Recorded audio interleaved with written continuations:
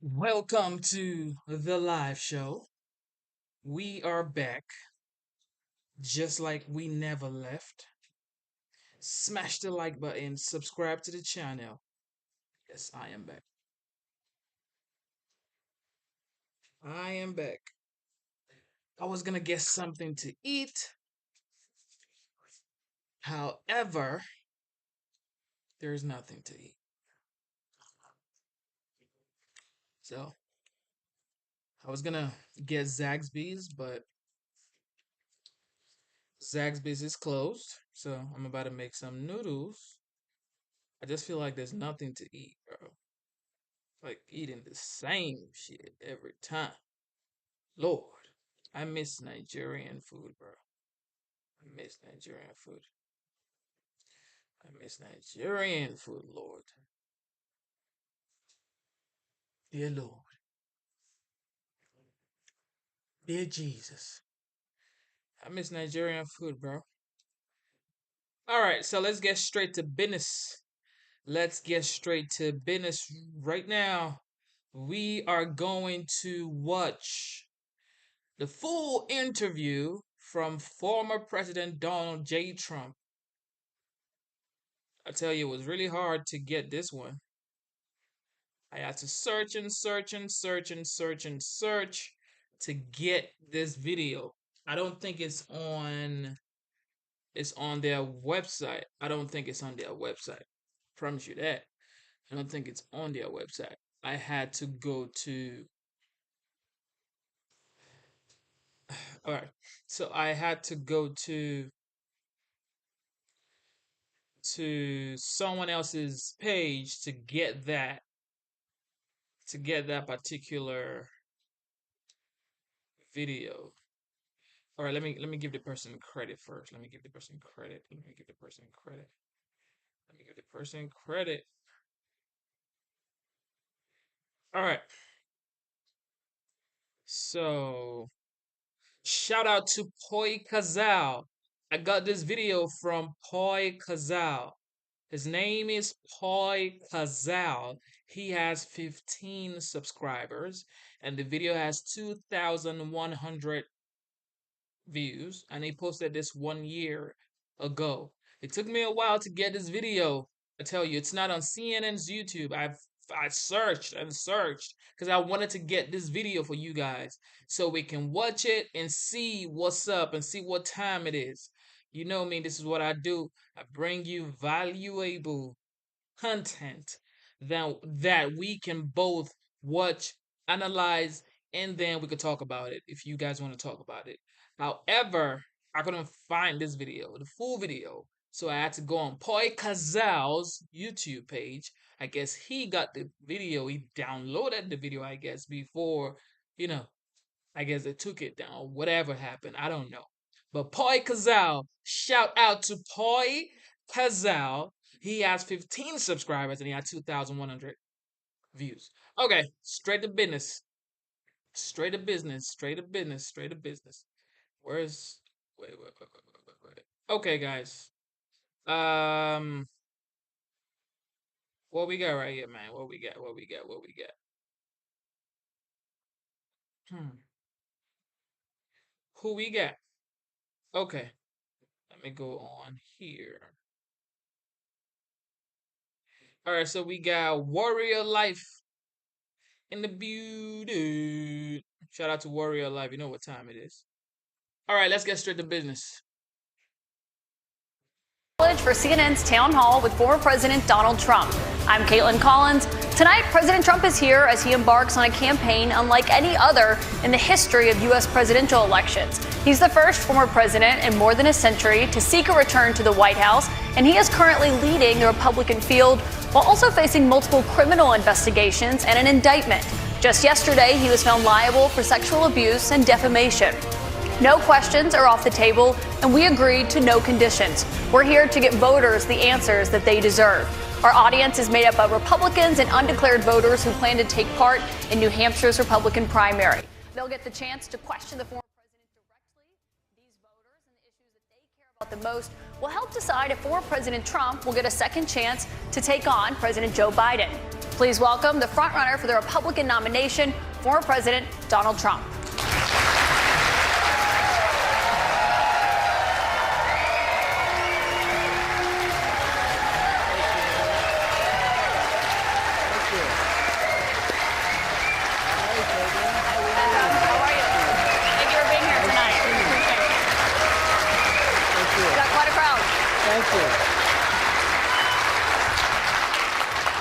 President Trump, thank you for your time here tonight. We got a great crowd here in New Hampshire, a lot of voters with a lot of questions about what your 2024 term would look like, what another Trump term would look like. We'll get to the voters shortly, but your polls show that you are dominating the Republican race right now, but you are also under active federal investigation for trying to overturn the 2020 election results. Your first term ended with a deadly riot at the Capitol, and you still have not publicly acknowledged the 2020 election results.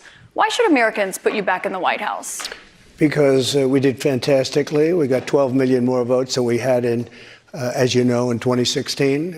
I actually say we did far better in that election. Got the most that anybody's ever gotten as a sitting president of the United States. I think that when you look at that result and when you look at what happened during that election, unless you're a very stupid person, you see what happens. A lot of the people in this audience, and maybe a couple that don't, but most people understand what happened. That was a rigged election, and it's a shame that we had to go through it. It's very bad for our country. All over the world, they looked at it, and they saw exactly what everyone else saw. You look, even if you just look recently with the 51 intelligence agents, that made a 16-point difference. If you look at the FBI, if you look at the FBI and Twitter, they call it Twitter files, made a big difference. If you look at Mr. President, back to what you just said there, though, it was not a rigged election. It was not a stolen election. You and your supporters lost more than 60 court cases on the election. It's been nearly 2.5 years. Can you publicly acknowledge that you did lose the 2020 election? Let me just go on. If you look at True the Vote, they found millions of votes on camera, on government cameras, where they were stuffing ballot boxes. So with all of that, I think it's a shame that what happened. I think it's a very sad thing for our country. I think it's a very sad thing, frankly, for the world, because if you look at what's gone to our country has gone to hell. Our borders are bad.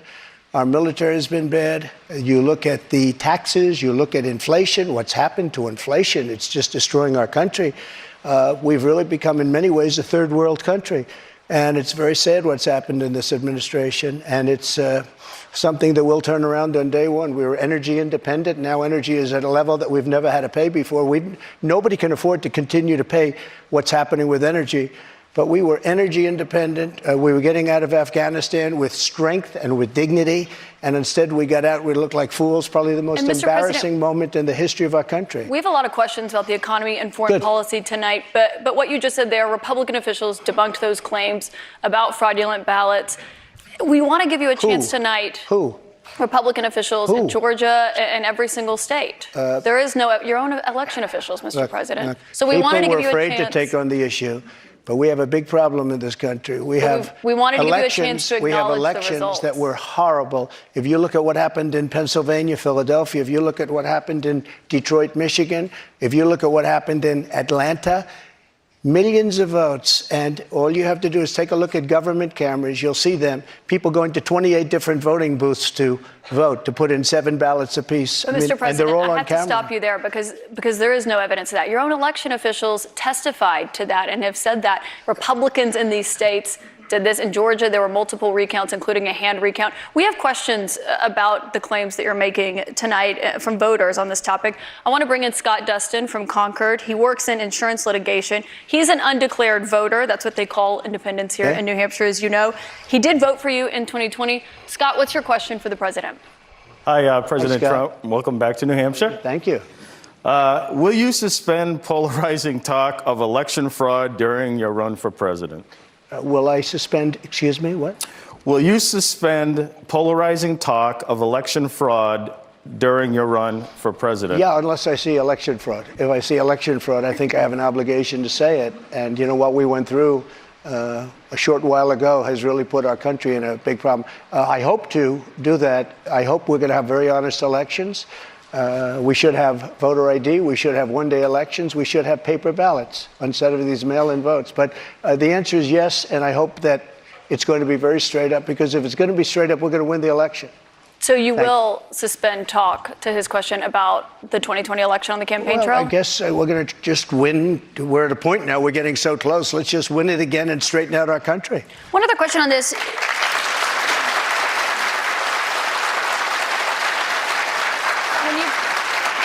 When you've talked about the 2020 election results in the past, you once suggested terminating the Constitution. Do you stand by those comments? No. You were able to do certain things. I'm not talking about terminating the Constitution. I'm talking about cherishing the Constitution. The Constitution says that we're supposed to have legal and well-maintained and well-looked-at elections, and we didn't have that. I cherish our Constitution, but we have to live up to the Constitution. We weren't living up to the Constitution. I was just saying there's no evidence of that election fraud. You did once tweet. You're supposed to say that, but I'm glad you say that. But look, that was a horrible election. That was a horrible election, and unless somebody's very stupid, and I know you very well, you're not stupid at all, but you perhaps are given an agenda, or you have an agenda. Look, we have to have honest elections in our country. We have open borders.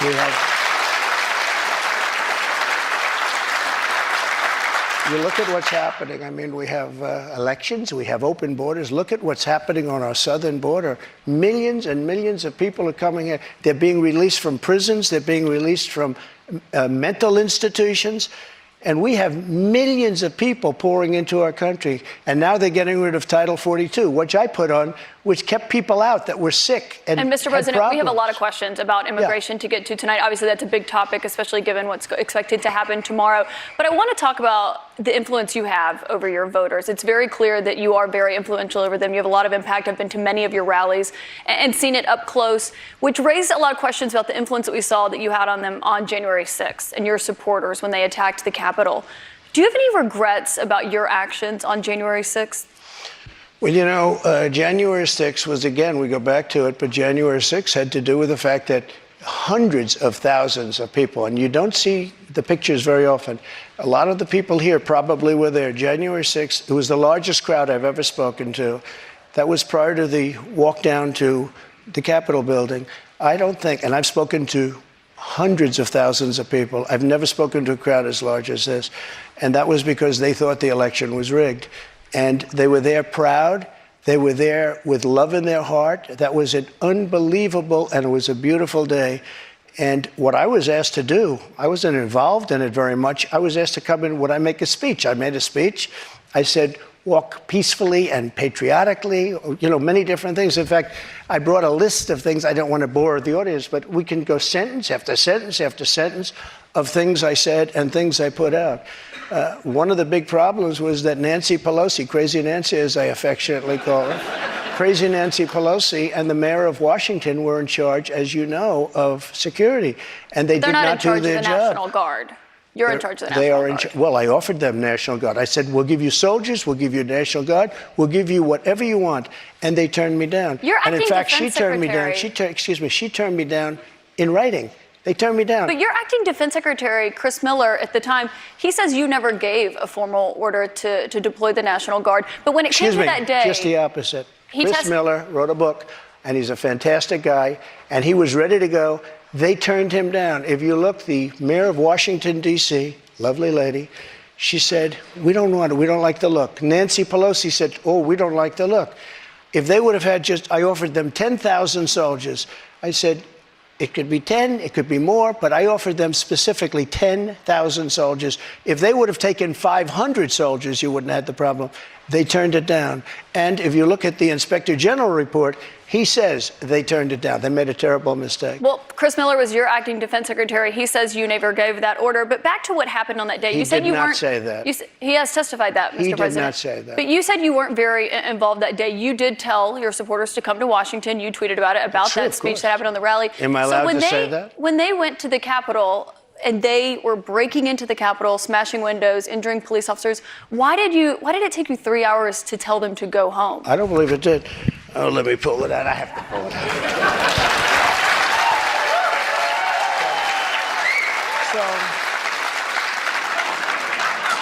So if you look at, on January 5th, the day before, I said, please support our Capitol Police and law enforcement. They are truly on the side of our country. Stay peaceful. Stay peaceful. This was the day before, and this was in the form of Twitter. Now use Truth Social. I think it's far superior, okay? I hope everybody's on Truth. If you look January 6th, this is before 2:30. I am asking for everyone at the U.S. Capitol to remain peaceful. This is right after, as it was happening. But what happened is they took it down. I don't know why. I think they took it down because it was so good. They didn't like it being up there. I am asking, and we didn't know until I got it back, because now I have 90 million people waiting for me to go back, but I'm on Truth and I'm staying on Truth. Listen, I am asking for everyone at the U.S. Capitol to remain peaceful. No violation. We want no violation. We want no violence. Remember, we are the party of law and order. Respect the law and our great men and women in blue. Thank you. That was at 2:30. That was very early. Mr. President, I looked at the same timeline that you did. No, I know, but you didn't report that. You know why? Because it was taken down. We did report it. I was reporting that thing. It was taken down and it wasn't. But when it was clear to you that they were not being peaceful, you saw them rushing the Capitol, breaking windows. They were hitting officers with flagpoles, tasing them, beating them up. When it was clear they weren't being peaceful, why did you wait 3 hours to tell them to leave the Capitol? They listened to you like no one else. You know that. They do. I agree with that. But so why didn't you tell them to go home sooner? Nancy Pelosi and the mayor are in charge. I assume they were able to do their job. They weren't. But Pelosi's not in charge of Capitol security. And if you remember, security. I made a video right outside the Oval Office in the Rose Garden. And I'm very proud of that video. I didn't have a script. I don't need scripts like a certain person that's in there right now. What time, the video, it came out much later after they had already attacked the Capitol. It was a great video. And it was a beautiful video. And it said, I mean, I don't want to read it all, but you have to go home now. We have to have peace. We have to have law and order. We have to respect our great people of law and order. We love the people of law and order. We can't play into the hands of these other people. We have to have peace. Please go home. Now, I said that. Referring you know to what the they did? law and order there, they took Mr. that President. down, and you know, to this day, it hasn't been put up. And the reason is it's so good and so conclusive that all of this nonsense and all of the tens of millions of dollars that have been spent are just wiped away with this one. And they've never put it back up. They had another one that they did the same thing. But that video that you referenced there, it wasn't posted until 4:17 p.m. No, I'll tell you. They breached the Capitol at 2 p.m. That video was Mr. posted. 4:17 Yeah, p.m. actually a little bit before that. Right, so that's my question. Excuse me. Because in that 3 hours, over 140 it was officers posted were after the injured. first one I just read, though, and that was at 2 o'clock. But I think the reason the timeline is so critical here, because going back to your influence, in Here's that another 3 one I hours, posted. over 140 officers were injured that day. And a person named Ashley Babbitt was killed. Yes. You know what? She was killed, and she shouldn't have been killed. And that thug that killed her, there was no reason to shoot her. At blank range, cold blank range, they shot her. And she was a good person. She was a patriot. There was no reason.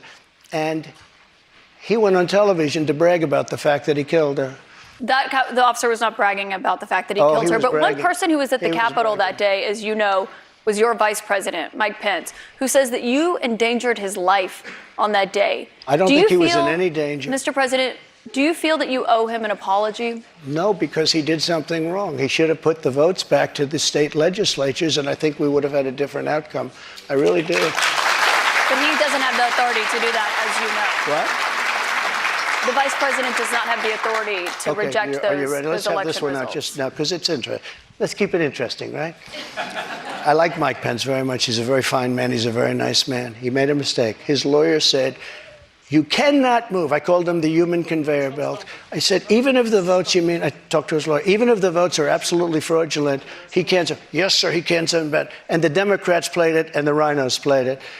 And then the election was over. They told him he couldn't do it. And Mike said to me, I can't do it. The lawyers told me I can't do it. They can't do it.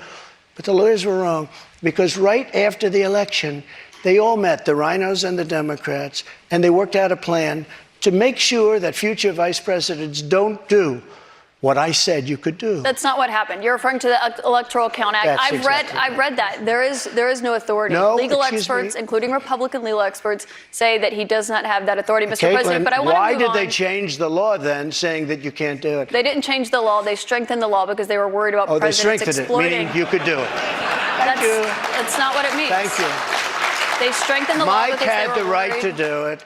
They convinced him he didn't, and it was a horrible thing for our country. If you would have sent those votes back to Georgia, Pennsylvania, and other states, Wisconsin, which if you look at Wisconsin, they virtually admitted now that the election was rigged. If They you have would have not sent admitted those that, votes Mr. back to President. many of those states, they would not come back in the affirmative. And remember what I said, and you just said it pretty much. You admitted what I said was right. They said he didn't have the right to do it, and he did have the right to do it, and that's why they changed the law, taking that right away. I should note that your campaign paid for a recount that happened in Wisconsin. It actually had more votes for President Biden by the end of it. But I want to move on to Wayne Beyer. He's a retired attorney from North Conway. So many illegal votes were cast in Wisconsin. And if you look in Milwaukee, Wisconsin, they had so many illegal votes, they didn't even know what to do with them. You're absolutely wrong Mr. President, about that. there weren't any fraudulent votes in Wisconsin. I do want to get to the audience, though. We have questions for you from the audience. Wayne Beyer is a retired attorney from North Conway. He has previously served in Republican administrations. He volunteered for the Republican Party in the 2022 midterms. He voted for you in 2020. What's your question for the President, Wayne? Thank you for coming, Mr. President. Thank you, Wayne. My question to you is, will you pardon the January 6 rioters who were convicted of federal offenses? I am inclined to pardon many of them. I can't say for every single one, because a couple of them probably they got out of control. But, you know, when you look at Antifa, what they've done to Portland, and if you look at Antifa, look at what they've done to Minneapolis and so many other places. Look at what they did to Seattle and BLM. Many people were killed. These people, I'm not trying to justify anything, but you have two standards of justice in this country, and what they've done, and I love that question, because what they've done to so many people is nothing. And then what they've done to these people, they've persecuted these people. And yeah, my answer is, I am most likely, if I get in, I will most likely, I would say it will be a large portion of them. You know, they did and it'll be very early on. And they're living in hell right now. So when it comes to pardons, they're living in hell. And they're policemen, and they're firemen, and they're soldiers, and they're carpenters and electricians, and they're great people. Many of them are just great people. Mr. President, one of the people who was convicted was a former policeman, but he was convicted of attacking a police officer, I should note. But when you said you are considering pardoning a large portion of those charged with crimes on January 6th, does that include the 4 Proud Boys members who were charged and convicted of seditious conspiracy? I don't know. I'd have to look at their case, but I will say in Washington, D.C., you cannot get a fair trial. You cannot. Just like in New York City, you can't get a fair trial either. Speaking of New York, I want to ask you about a significant verdict that was reached yesterday. I know this is something you want to weigh in on as well. A Manhattan jury found that you sexually abused the writer E. Jean Carroll and defamed her. You've denied this. But what do you say to voters who say it disqualifies you from being president? Well, there aren't too many of them because my poll numbers just came out. They went up. Okay. I think I'm the only person in history who had a charge like that. And usually you leave office, you say, I'm sorry, but I'm going back home. I'm back home to my family and everything. I'm going to be resigned. My poll numbers went up, and they went up with the other fake charge, too. Because what's happening is they're doing this for election interference. This woman, I don't know her. I never met her. I have no idea who she is. I had a picture taken years ago with her and her husband, nice guy, John Johnson. He was a newscaster, very nice man. She called him an ape. Happens to be African American. Called him an ape. The judge wouldn't allow us to put that in. Her dog or her cat was named Vagina. The judge wouldn't allow to put that in. All of these things.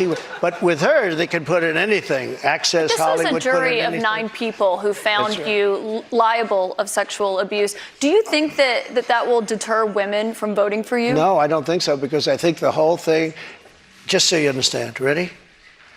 I never met this woman. I never saw this woman. This woman said, I met her at the front door of Bergdorf Goodman, which I rarely go into other than for a couple of charities. I met her in the front door. She was about 60 years old, and this is like 22, 23 years ago. I met her in the front door of Bergdorf Goodman. I was immediately attracted to her, and she was immediately attracted to me. And we had this great chemistry. We're walking into a crowded department store. We had this great chemistry. And a few minutes later, we end up in a room, a dressing room of Bergdorf Goodman, right near the cash register.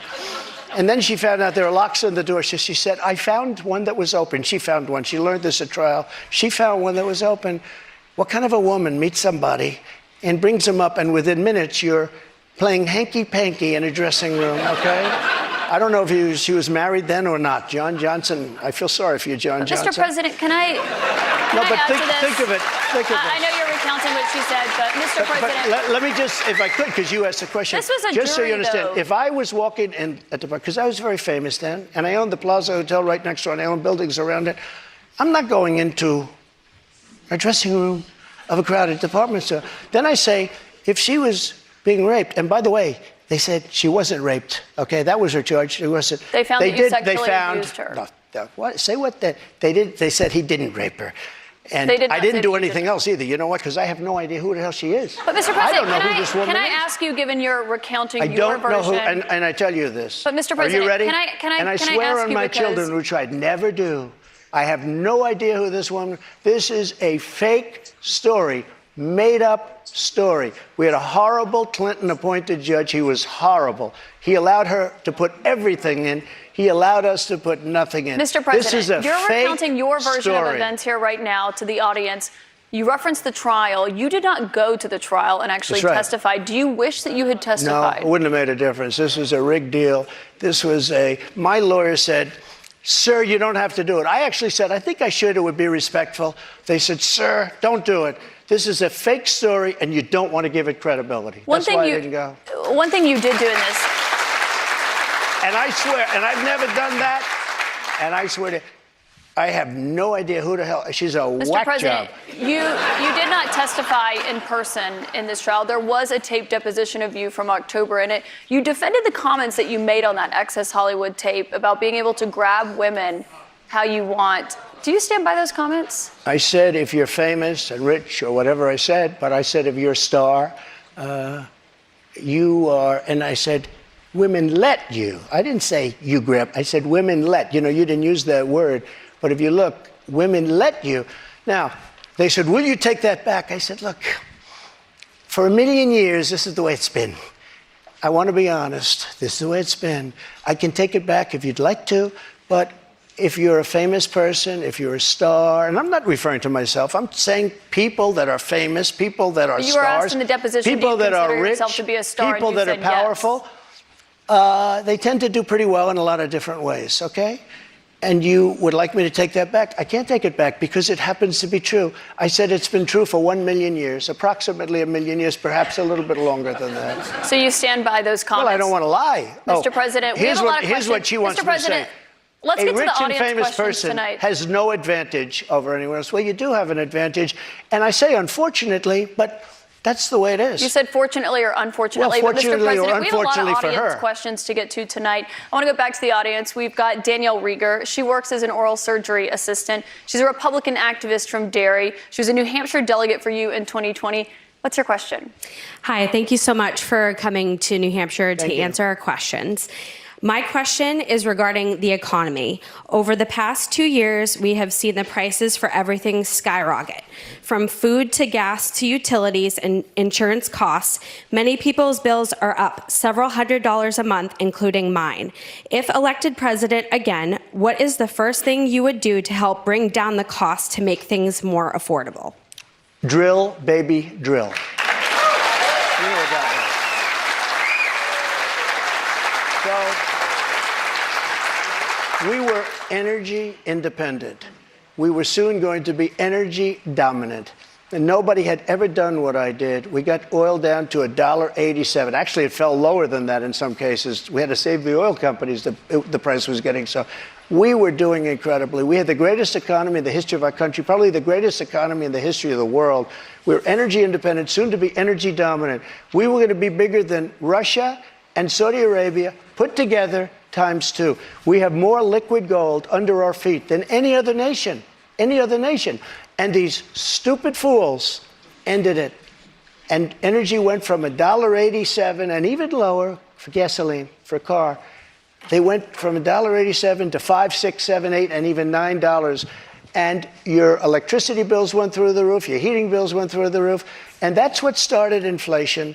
And it hasn't stopped because people are paying now for bacon and for eggs and for the 2 and 3 times what it was just a little while ago. We created the greatest economy in history. A big part of that economy was got you the biggest tax cuts in the history of our country, bigger than the Reagan cuts, bigger than any cut. And also, Caitlin, as you know, we got the biggest regulation and regulatory cuts. This place was rocking, and then we were given a gift from China, and China paid a big price. And let me tell you something, I took in hundreds of billions of dollars in taxes from China, but prior to COVID coming in, and then I rebuilt the economy again, a second time. But we had, prior to COVID coming in as from China, from Wuhan, which I said it came from Wuhan. Everybody said, oh, you're wrong about that. You're wrong. It came from Wuhan. I said it right from day one. So we had the greatest economy in the world. Here's the story. They made energy so high, and energy is all invasive. It is massive as an industry and as a cost. It lifted everything. If Mr. President, if you made donuts, no matter what you did, and we had inflation, the likes of which I guess we haven't had, they said, for 52 years, but I think more than that. We had no inflation. We had the lowest energy prices we've had in decades. This country was rocking and rolling. And by the way, we had the most secure border in the history of our country. Mr. President, we have more questions on the economy, and I want to make sure we get to all of those. As you know, the U.S. right now could be just 3 weeks away from defaulting on its debt. That could mean millions of jobs lost, people not getting their Social Security payments. People believe it would put the U.S. economy into a recession. On that topic, I want to bring in Marta Cervella, a student here at St. Anselm. She is an undeclared voter who did not vote in 2020. Marta, what's your question? Hi, Mr. President. Hi, thank you. So my question is, what do you think about the United States' current debt situation, and how can we move forward? Such an important question. So we're at $33 trillion, a number that nobody ever thought possible. When we had our economy rocking and rolling just prior to COVID coming in, like literally, we were making a fortune. And oil, we were going to make so much money from oil, we were going to start paying off debt. But then with COVID coming in, we had to do other things. We had to keep this country alive because it was so serious. But we have to get the country back. We have to lower energy prices. We have to lower interest rates. Interest rates are through the roof. Energy has to come down. It all has to come down, and we have to start paying off debt. But when we have a debt limit, and they use that very seriously to me. They came in, Schumer came in with Nancy Pelosi, and they were using it. We'll violate it. We'll do whatever. They talked a whole lot different than they do right now. I say to the Republicans out there, congressmen, senators, if they don't give you massive cuts, you're going to have to do a default. And I don't believe they're going to do a default because I think the Democrats will absolutely cave because you don't want to have that happen. But it's better than what we're doing right now because we're spending money like drunken sailors. So just to be clear, Mr. President, you think the U.S. should default if the White House does not agree to the spending cuts Republicans are demanding? You might as well do it now because you'll do it later. Because we have to save this country. Our country is dying. Our country is being destroyed by stupid people, by very stupid people. You once said that using the debt ceiling as a negotiating wedge just could not happen. You said that when you were in the Oval Office. That's when I was president. So why is it different now that you're out of office? Because now I'm not president.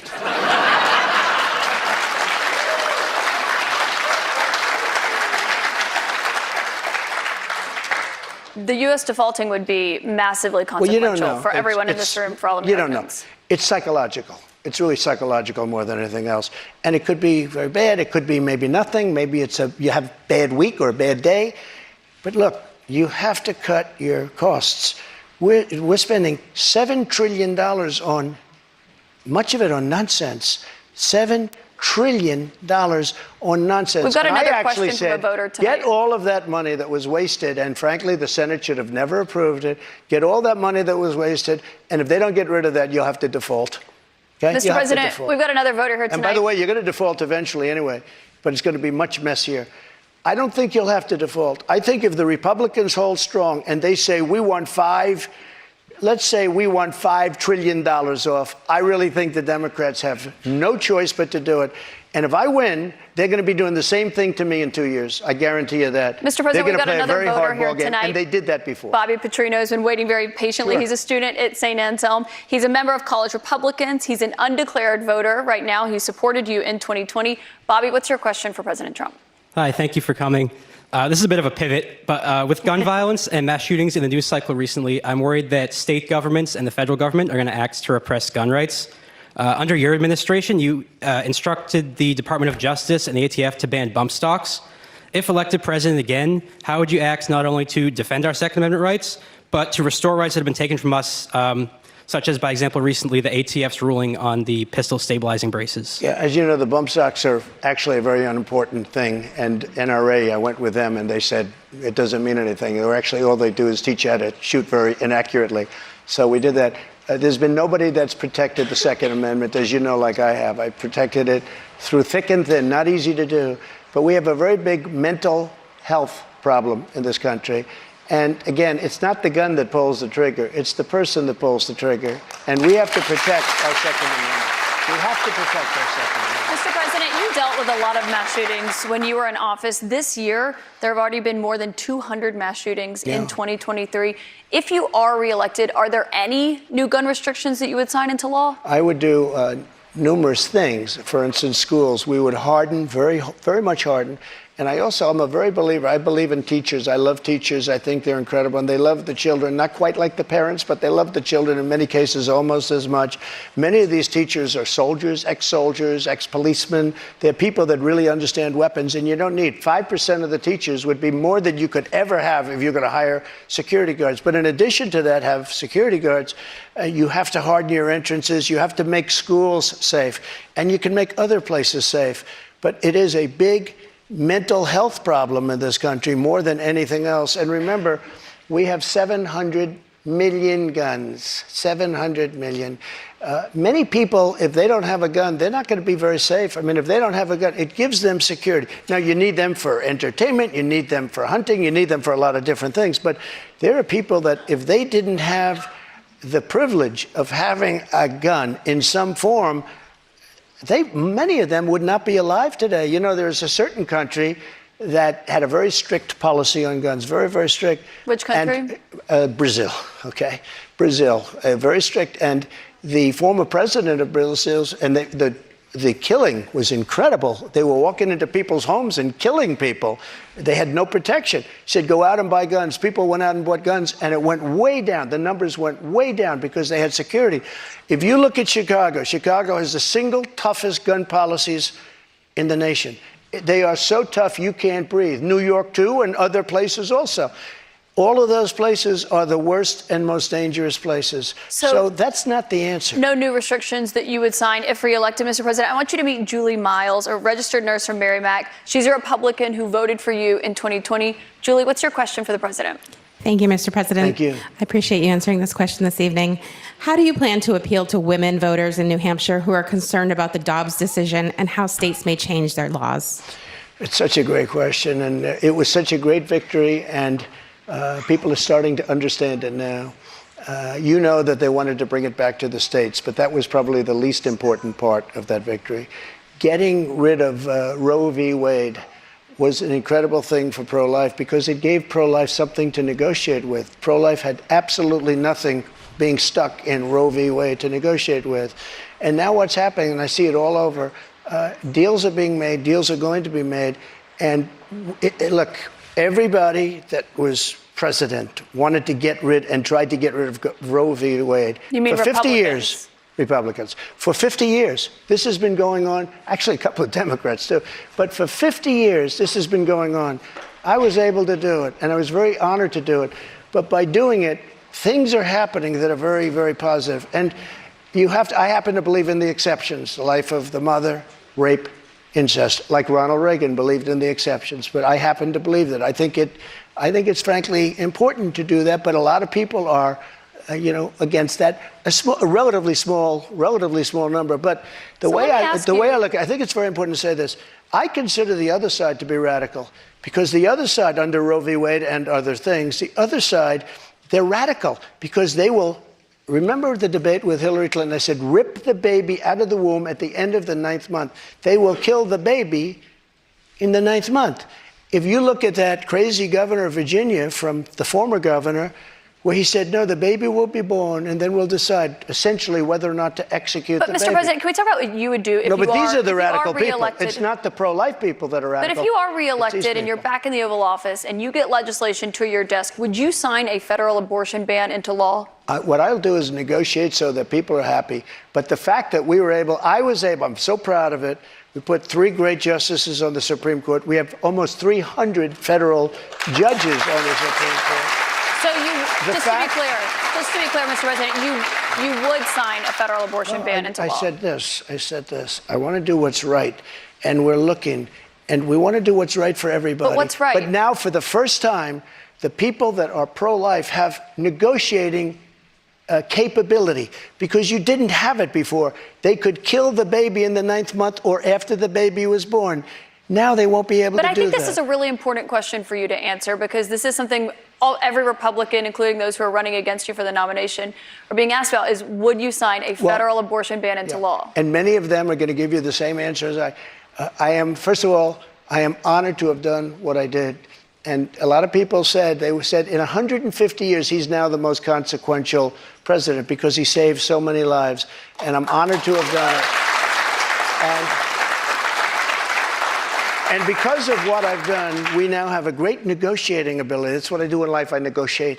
We have a great negotiating ability, and I think we're going to be able to get something done. But what do you mean negotiating ability? Because the question that Republicans have, and some of your allies on Capitol Hill say that they want to introduce legislation when it comes to banning abortion. If they send it to your desk, would you sign it? Some people are at 6 weeks. Some people are at 3 weeks, 2 weeks. Where's President Trump?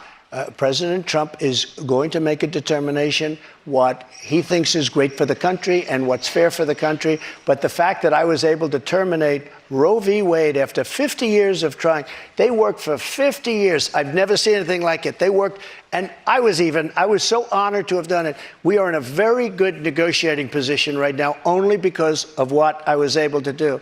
And remember this, again, you talk about radicalism. People that will kill a baby in the 9th month or the 8th month or the 7th month or after the baby is born, they're the radicals, not the pro-life people. I just want to give you one more chance, though, because you did not answer whether or not you'd sign a federal abortion ban or how many weeks into pregnancy you believe abortion should be banned. Yeah, but I've given you the answer probably 4 times already. Which one is it, I'm looking at a solution that's going to work. Very complex issue for the country. You have people on both sides of an issue. But we are now in a very strong position. Pro-life people are in a strong position to make a deal that's going to be good and going to be satisfactory for them. If you weren't able to get rid of, you wouldn't even be having a discussion. If you weren't able to get rid of Roe v. Wade, which put pro-life in a dead position, a horrible position, they could kill the baby at any time they wanted to. But we did something that nobody thought was doable. And other Republican presidents, and others, by the way, they wanted to get it out. They also wanted to bring it back to the states. But bringing it back to the states is a less important issue than the issue that we just talked about. But that's why it's the question about a federal abortion ban. You did not say yes or no to that. You did not say how many weeks. It depends what the deal is. Lindsey Graham's you did not say a good how many man. weeks. He's got an idea, and a lot of other people have an idea. And I look at all the different ideas, and a lot of people will be curious what your idea is on decision. that. President Trump, we've got more questions to come for you tonight. We'll be right back in just a moment.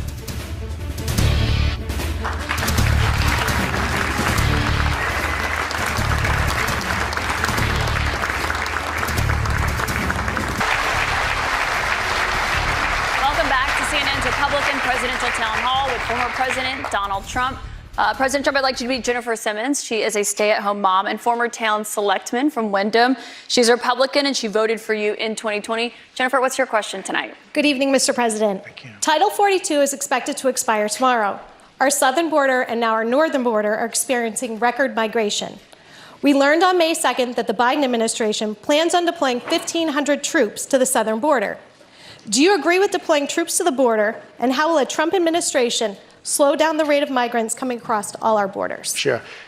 A very fair question, especially since tomorrow is going to be a day of infamy. You're going to have tens of thousands of people pouring into our country.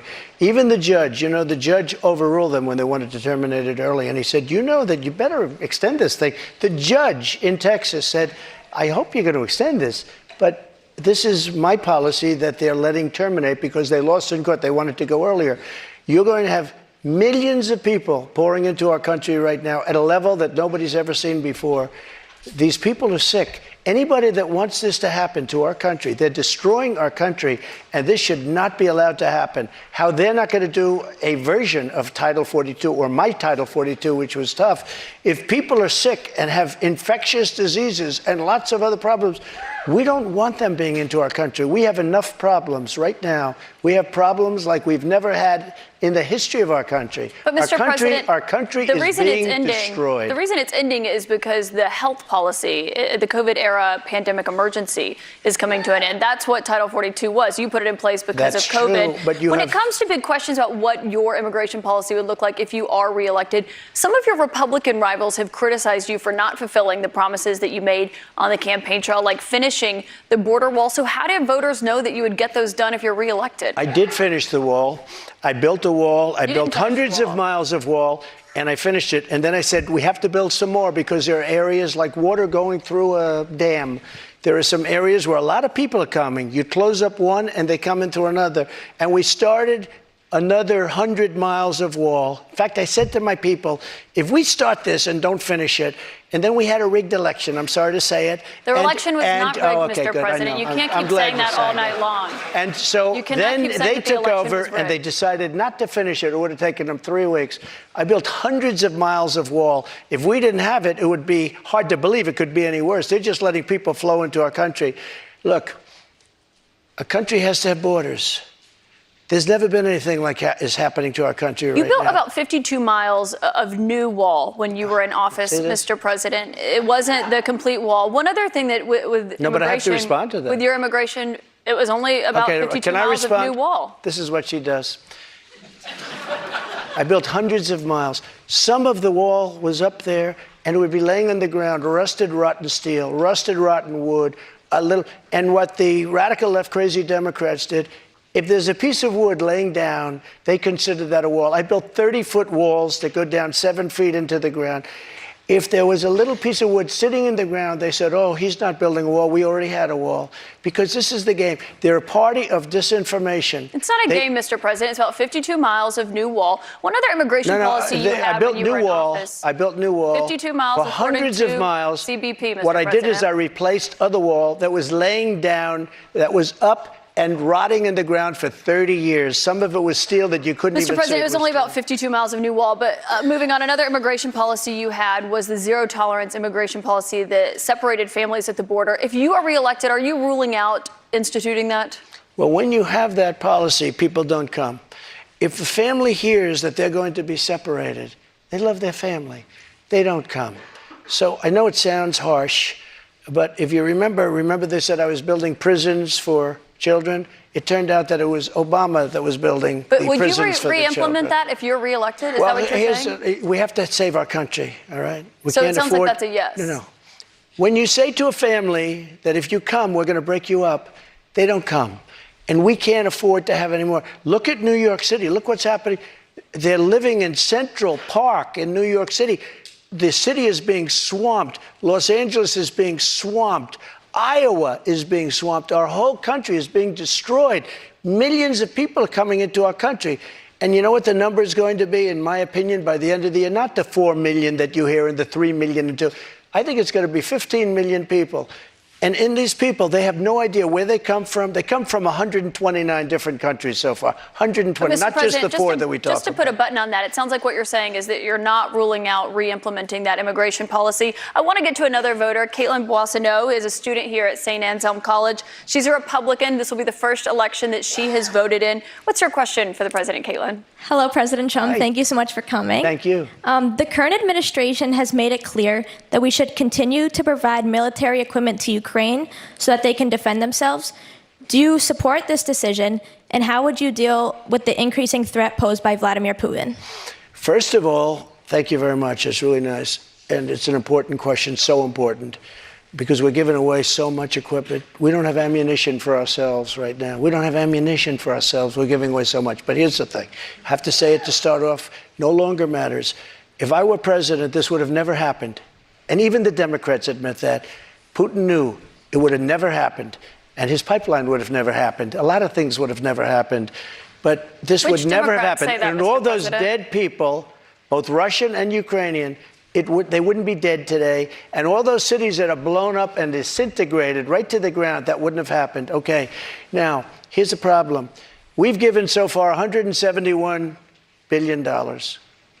They've given, meaning European Union, which is approximately the same size altogether as our economy. They've given about 20. So we're at 170, let's say, and they're at 20.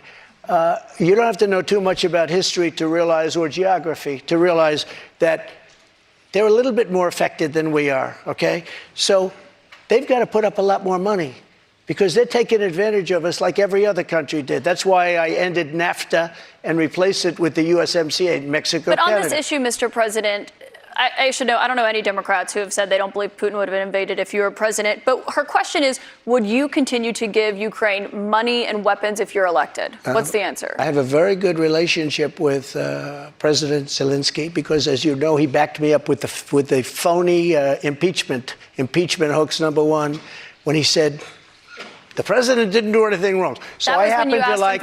So I happen to like. Yeah, that's right. And I was totally exonerated, by the way. Just a waste of time and money. You were impeached over that. You were impeached over that. But let's stay on topic here, Mr. President, because the question is, would you give Ukraine weapons I was and funding? impeached by a crazy woman named Nancy Pelosi. But the question here is, would you give Ukraine weapons and funding if you were I elected? would sit down. Let me just put it a nicer way.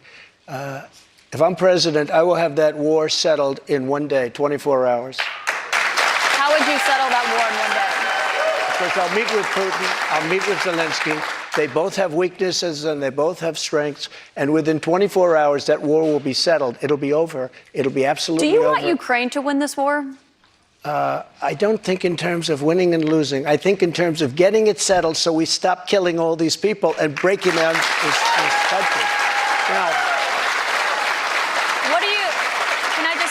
on that, you said you don't think in terms of winning and losing. Mr. President, can I just follow up on that because that's a really important statement that you just made there. Can you say if you want Ukraine or Russia to win this war? I want everybody to stop dying. They're dying, Russians and Ukrainians. I want them to stop dying. And I'll have that done. I'll have that done in 24 hours. I'll have it done. You need the power of the presidency to do it. But you won't say that you want Ukraine to win. You know what I'll say? I'll say this. I want Europe to put up more money because they're in for 20 billion. We're in for 170, and they should be. And they should equalize. They have plenty of money. They should equalize. I got with NATO. But when I sat down, I got them to put up hundreds of billions of dollars that they weren't paying under Obama and Bush and all of these other presidents. That's why they're able to help them fight the war because of the money I got. But I want Europe. What's happening in Ukraine, excuse me, Mr. I want Europe to put up more money because they're laughing at us. They think we're a bunch of jerks. We're spending $170 billion for faraway land, and they're right next door to that land, and they're in for 20. I don't think so. When it comes to what's happening there, when you were in office, you said that you respected President Putin. Do you still respect him today? He made a tremendous mistake. He's a smart guy, you know. I remember I said he was smart, she was smart. He said President Xi of China, right, is smart. Okay, 1.5 billion people. He's the ruler of 1.5 billion people. I said, yeah, he's a smart guy. How dare he say he's smart? Of course he's smart. They want you to say he's a stupid person. Okay, he's not a stupid person. He's very smart. He's very cunning. And Putin made a bad mistake, in my opinion. What was his mistake? His mistake was going in. He would have never gone in if I was president. We used to talk about it there. Do you believe that he is a war criminal? What? Do you believe that Putin is a war criminal? He's responsible for the deaths of thousands of Ukrainian men and women and civilians. I think it's something that should not be discussed now. It should be discussed later. Because right now we have to get a war. If you say he's a war criminal, it's going to be a lot tougher to make a deal to get this thing stopped. Because if he's going to be a war criminal where people are going to go and grab him and execute him, he's going to fight a lot harder than he's fighting, you know, under the other circumstance. That's something to be discussed at a later date. Right now, we want to get that war settled. And I'm not talking about the money either. I'm talking about all the lives that are being, the number of people being killed in that war is far greater than you're hearing. When they blow up a city and those buildings come pouring down and then they say 2 people were injured, no, hundreds and thousands of people are being killed, and we have to get that war settled. We have more with former President Trump. Right after this, we're going to take a quick break, and then we'll be back with questions from voters right after that. Trump, we have a lot more voters' questions, I should note, in here in New Hampshire to get to, but I also want to talk about some of the other investigations that you're facing. We talked about others at the top, but one of those is the special counsel's investigation into classified documents that were found at Mar-a-Lago. Why did you take those documents with you when you left the White House? I had every right to under the Presidential Records Act. You have the Presidential Records Act. I was there, and I took what I took, and it gets declassified.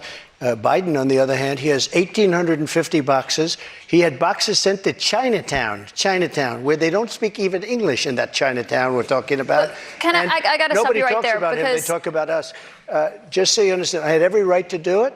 I didn't make a secret of it. You know, the boxes were stationed outside of the White House. People were taking pictures of the GSA of the various people. I got to stop you right there, though, because the Presidential Records Act, which is not well known to a lot of people, I read it. It does not say that you can take documents with you. It says actually that they are the property of the federal government. It says you talk, you negotiate, you make a deal. It's not criminal, by the way. The Presidential Records Act is not criminal. And just so you know, it does not say you can negotiate to take the documents with you. Can I tell you? Just so you understand, the Presidential Records Act is not criminal.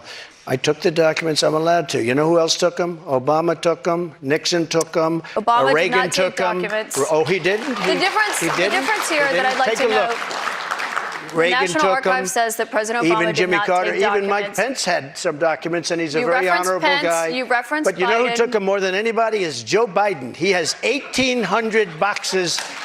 That's and nobody even knows where and they you are. know that. 1,800, and nobody talks about him. Mr. President, And they that's not accurate. and they put a rough guy on us, and they in the I think meantime it's they have important, Mr. nobody. President, to actually set the record straight here. They took documents, including President or Vice President Pence. When they realized they had documents, they turned them back over. The difference is that you waited to turn yours over, and it was a year-and-a-half effort that included a subpoena with those documents. One question about what happened when you had those documents. It included a raid on my house. That's what it included. But they didn't raid. You'd gotten a subpoena and they had not been house. turned over yet. They didn't raid Biden's house. You know what happened? They put him in the house. That's the one with the Corvette where the documents were laying all over the floor. That was fine. And you know who happens to be at Mar-a-Lago? Secret Service, and they're phenomenal. I have Secret Service. He didn't have Secret Service. The other thing, the vice president cannot declassify. He didn't have the right to declassify. He has documents from when he was a senator. And even Democrat senators say, I can't believe it. No, I went by the Presidential Records Act, and we were negotiating with NARA. That's not what it says, and Mr. NARA President. has red flagged a thing called the Constitution of the United States and the Bill of Rights because they consider them Mr. dangerous President, that's documents. not what it Those says, are and I should note that there is a special counsel investigating your document situation, also President Biden's document situation. When it comes to your documents, did you ever show those classified documents to anyone? Not really. I would have the right to. By the way, they were declassified What do you mean, not really? after. Not that I can think of. Let me just tell you, I have the absolute right to do whatever I want with them. I have the right. I was negotiating with NARA. Do you know what NARA is? The National Archives. Extremely left group of them. people. Extremely left. And I was negotiating with them. All of a sudden, they raided my house. They didn't raid the house of Joe Biden. They didn't raid Obama. But Joe Biden didn't ignore a subpoena to get those documents back like you did. And so that's the question. 1,850 boxes. But that's the question that investigators have, I think, is why you held on to those documents when you knew the federal government was seeking them and then had given you a subpoena to return them. Are you ready? Are you ready? Can I talk? Yeah, what's the answer? Do you mind? I would like for you to answer the question. Okay, it's very simple to answer. That's why I asked it. It's very simple to. You're a nasty person, I'll tell you. Can you answer why you held on to the documents? I was negotiating, and we were talking to NARA, that's Washington, to bring whatever they want. They can have whatever they want. When we left Washington, we had the boxes lined up on the sidewalk outside for everybody. People are taking pictures of them. Everybody knew we were taking those boxes. And the GSA, the government service, the GSA was the one taking them. They brought them down to Mar-a-Lago. We were negotiating with NARA. All of a sudden, they raid our house. When Biden had his documents, he won't give back the 1,850 boxes. And you're going to find some real gems in there. But it was so Biden who can't have alerted all them that these he had different the sets of- documents. all The these National different Archives sets of- reached out to you to get your documents back. Why did you not turn them over when you got a subpoena because we were asking for you to turn negotiating them with over? them. We were negotiating with them as per the Presidential Records Act. We were negotiating with NARA. That's not what Very the nice Presidential people, Records Act says. I've but they seen got to it. love our Constitution a little bit more, and they shouldn't red flag it, by the way. Very nice people. We were negotiating with NARA, and that's what the Presidential Records Act says, because Richard Nixon, surprisingly, had problems, and he had a lot of problems dealing with NARA, and they ended up passing legislation called the Presidential Records Act, just for this kind of a thing. We were dealing with them. We were talking. Excuse me. Wait a minute. Wait. We were talking to them. We would have done it, but all of a sudden they raided the house. Now, why hasn't the FBI raided Biden? But I just explained to you why. No. It's because he's the one. They alerted the government that they had those documents and had them come and get the documents from his house. My question for you, though, when it comes to documents, do you still have any classified documents in your possession? Are you ready? Do you? No, I don't have anything. I have no classified documents. And by the way, they become automatically declassified when I took them. But no, why? You have to declassify Let me ask you a question. Why is it that Biden had 9 boxes in Chinatown? And he gets a lot of money from China. Why is that? And why aren't people? Mr. President. No, you why cannot aren't say people there is no bringing that evidence up? of that, Mr. And why President. don't they put this What guy you're Jack referring Smith to and his is an group office that he of had. thugs? Mr. Why don't President, they put him in charge of that? I need to stop you right there because there's no evidence of what you just said there. What you're referring to there is an office that he had after leaving That's at the vice presidency. He had a temporary office. But I want to ask you about another investigation that you're facing. You don't know the subject. I do know the subject. He had one at University of Pennsylvania, but he also had 9 boxes another in investigation Chinatown. that you're facing, which is the one that's happening in Georgia, where they are investigating your efforts to overturn the election results in the state of Georgia. I did nothing wrong. It was a perfect phone call. Let me finish my question. At the center of that is that call that you had with the Secretary of State, Brad Raffensperger. Yeah, sure. Given the fact that there are indictments expected to come in that case this summer, is that a call you would make again today? Yeah, I called questioning the election. I thought it was a rigged election. I thought it had a lot of problems. I guess he's Secretary of State. I called. Listen to this. There are like 7 lawyers on the call, many of them from there. We're having a call. We're having a normal call. Nobody said, oh, gee, he shouldn't have said that. Why? If this call was bad, I questioned the election. You asked if this him call to was find bad, you votes. I didn't ask him to find anything. We've heard the audio tape, Mr. President. There's an bad, audio of you asking him to find you 11,000 I said, you owe me votes. votes because the election was rigged. That election was rigged.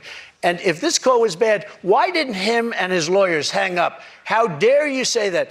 This was a perfect Well, they were phone clearly call. concerned enough. They recorded the call, and I should note that, of course... This was a call that was made to question the results of election. And when we can't make a call to question election results, then this country ought to just forget about it. You weren't just questioning the election results. I was you were questioning asking the him election. to find you votes. And I should note that there is no evidence of fraud. There is no rigged election in the state of Georgia. I want to get back to the audience, though, Mr. President, because those are false claims you're making about what happened in Georgia. Jordan Tullenberger is here. He's an undeclared voter from Hollis. He voted for you in 2020. Jordan, what is your question for President Trump tonight? Thank you, Mr. Trump. Thank you very much. I'm 26. I'm a veteran. I help manage a private aviation company. You want a job? I'd love one, yeah. I'm looking for somebody very good. I'm not for mandates or government interference in private business, but I've seen Republicans going after us like DeSantis after Disney. Right. What would you do as president to protect us from government interference? Well, I'm the one that really wants to protect you. All of these fake investigations of me are about election interference. They think because I'm leading Biden by 11 points, 7 points, 9 points, I'm leading DeSanctimonious by a lot. By 40 points or 45 points. I think he ought to just relax and take it easy and think about the future, because right now his future is not looking so good. I will tell you this.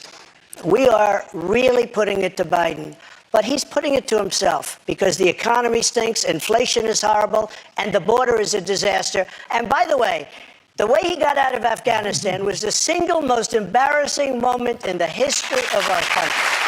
Mr. President, I have one more question for you here tonight, and I think While we're in front of the voters here in New Hampshire, this is a fundamental question for you. You are running in the 2024 race. If you are the Republican nominee and you are in that 2024 race, will you commit tonight to accepting the results of the 2024 election? Yeah, if I think it's an honest election, absolutely, I would. Will you commit to accepting the results of the election regardless of the outcome? Do you want me to answer it again? If I think it's an honest election, I would be honored to.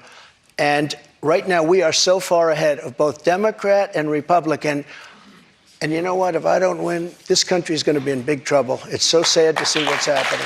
But no commitment there on the accepting the results regardless of the outcome. If it's an honest election, correct, I will. Okay, so not committing to accepting the 2024 election results or acknowledging what happened in 2020. Go ahead. President Trump, I want to thank you for coming here tonight. This is an important conversation with voters to hear and to have.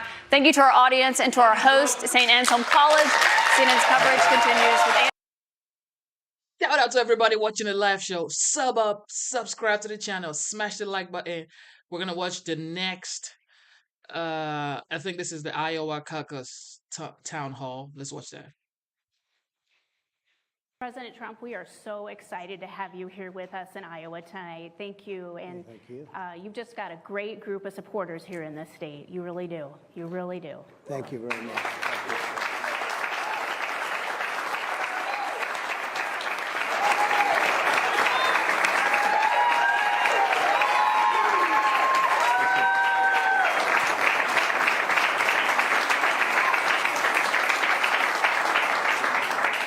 Well, and Mr. President, new inflation numbers are out this week, and they show inflation is again up under Biden.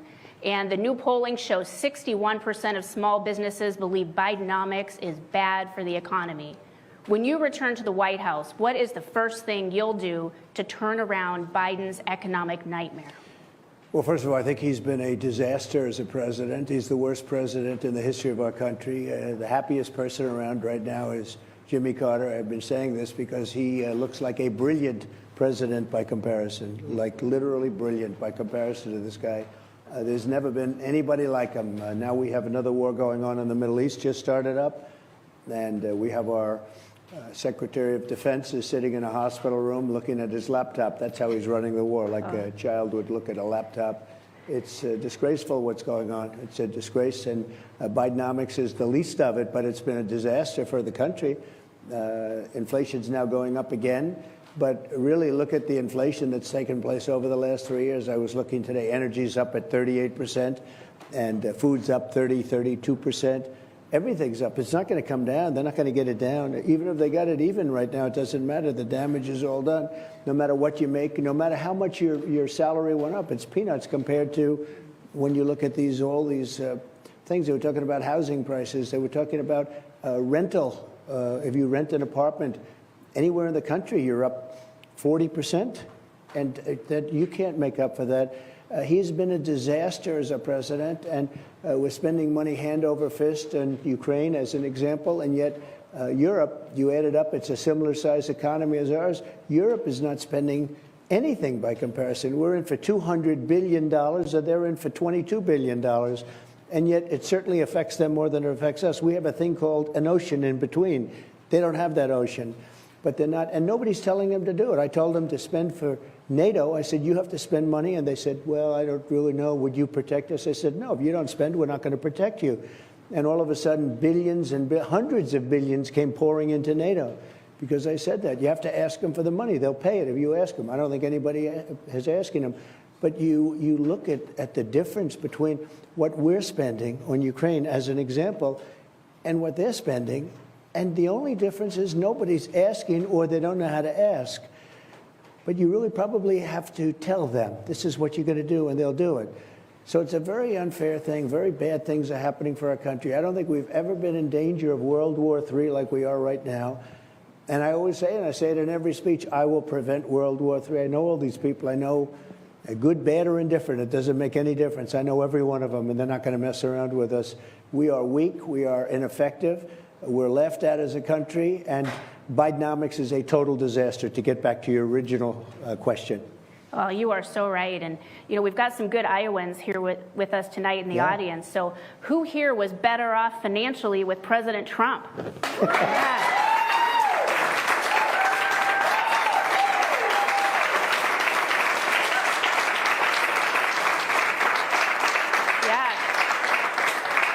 I think that's everybody, President Trump. Yeah, I think that's the answer we have. I mean, it's absolutely overwhelming. Yeah. Americans, Iowans were all better off with Trump. And, you know, a lot of that was due to your leadership of our booming economy at that time, which was due to your tax cuts, the tax cuts that you put in place. And so as a follow-up to that, what would happen to our economy if Biden got his way and he allowed your Trump tax cuts to just expire? Well, you'd have the biggest tax increase in the history of our country. It will be devastating to people that will, on top of inflation and what's happened, and basically a bad economy. You know, it's a bad economy. It's not a real economy.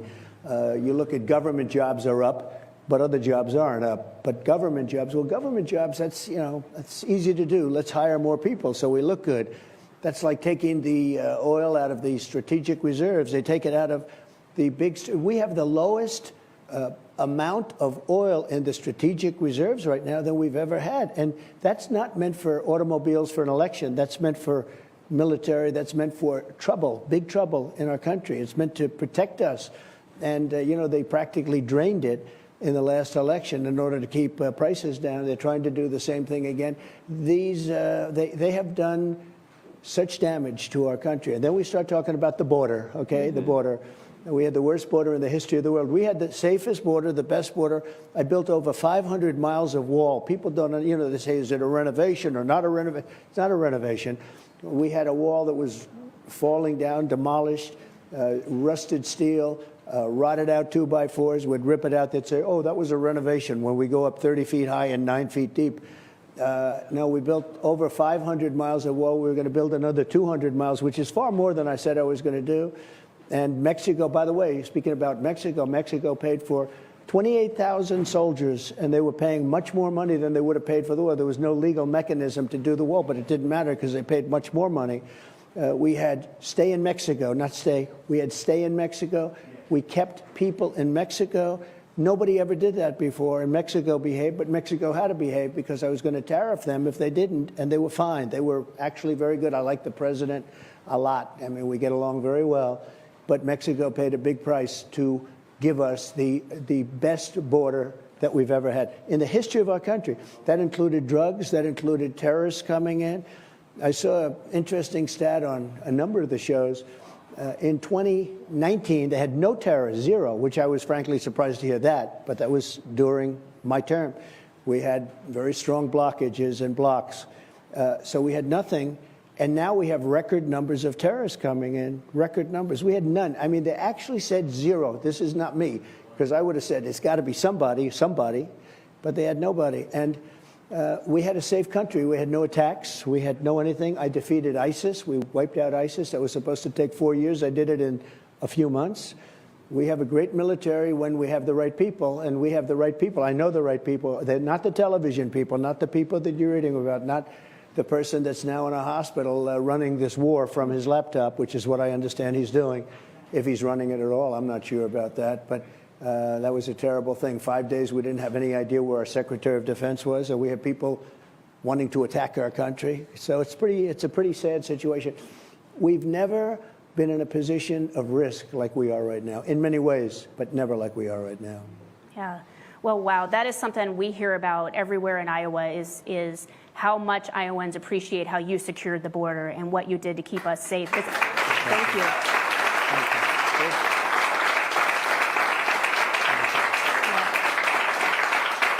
And, you know, it's very interesting because if he just would have left it, he could have gone to the beach because he likes going to the beach. Somebody says he looks good in a bathing suit. That works for him, obviously. So you'd see him at the beach all the time.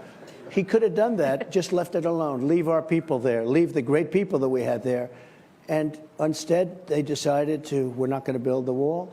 And they put out a message to the world, come in. Because, you know, when you say that and you say other things, and you have people coming in and going to our schools and taking the places of our students, where they're actually putting our students, the students that were there, in secondary schools. And they're taking the best seats. And they don't even speak English. So they're sitting there, they don't speak English. The whole thing is crazy. You look at what's happened in New York. New York is a disaster right now. And in all fairness, the mayor understands that. And he's saying that. But, you know, some don't speak up. Some aren't speaking up. The whole concept of sanctuary cities is going to, I think it's going to fall of its own weight. I think the Democrats aren't going to be able to take it much longer. In some cities, Democrat mayors and governors are saying, we just can't do this anymore. The truth is, it's not sustainable for this country, even from a cost standpoint. Billions and billions of dollars. People are coming in, and they're coming in from prisons. They're coming in from mental institutions, insane asylums. They're terrorists. They're drug dealers. They're pouring into our country totally unchecked. We have no idea who's coming in. They're coming in from many countries, all parts of the world. They're coming from Africa. They're coming from China. They're coming from all parts of Asia.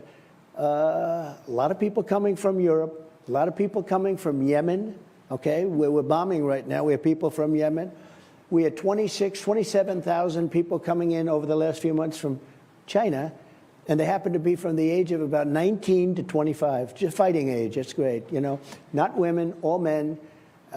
And it's a very, very sad thing happening to our country. Our country is being overtaken. We're being invaded. That's an invasion.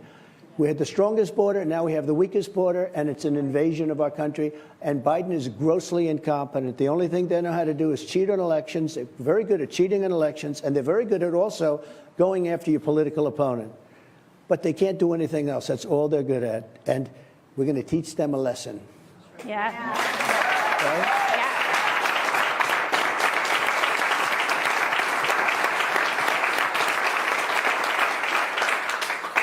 Well, President Trump, you are so right. Our border's in chaos with 10,000 unvetted illegals coming into our country every single day, and the kids in New York being told to stay home because their schools are being used to house illegals. I mean, how do you secure the border and reverse Biden's disaster? Well, we'd go right back to what we were doing. Again, we had the safest border in the history of our country, and we're going to close up the walls. You know, we had 200 miles of walls. We had a lot of wall built. It's laying there ready to be lifted up. They could have had it completed in 3 weeks. And if you remember, because I remember it, it was all ready to go. And they said, we don't want it. And they actually moved the wall away. And in many cases, it's very expensive stuff. It's exactly what Border Patrol wanted. It's steel, concrete, and rebar. It had to have spikes in it. It had to have, it's a very complicated wall. It's a very expensive. They sold it for 5 cents on the dollar. They got rid of it, I think, like scrap metal. And it's not even believable. All they had to do is fill up the gaps. We're going to fill up the gaps, and we're going to end up actually building more. We're going to work with Mexico, but Mexico is not working with us right now. They want to be paid a lot of money. They said, we want $5 billion to start talking to the United States. They would never say that to me. They want $5. The people are pouring through Mexico, and they want $5 to talk. And every time Blinken goes over there or somebody goes over there, it costs us a lot of money. The money that we spend dealing with countries, we give them billions and billions of dollars, and then they don't listen to us. They don't do what we say. And I remember when China respected us 3 years ago a lot. They really respected us. And the first meeting they had where they were lectured to by President Xi and China, we were lectured like we were children. And that would never happen with me, and it never did. Yeah. Well, and President Trump, as a follow-up, you've also been critical of Nikki Haley's record of opposing the border wall and also criticizing the travel ban.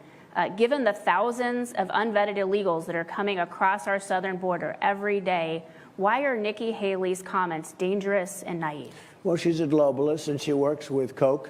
It used to be Koch brothers. You know, David Koch I knew very well. He was a nice guy, a member of my clubs and everything else. He was a big supporter in that way. But they're globalists. I'm not. I'm a Make America Great Again. I'm a America First people. It's just America First. It's so simple.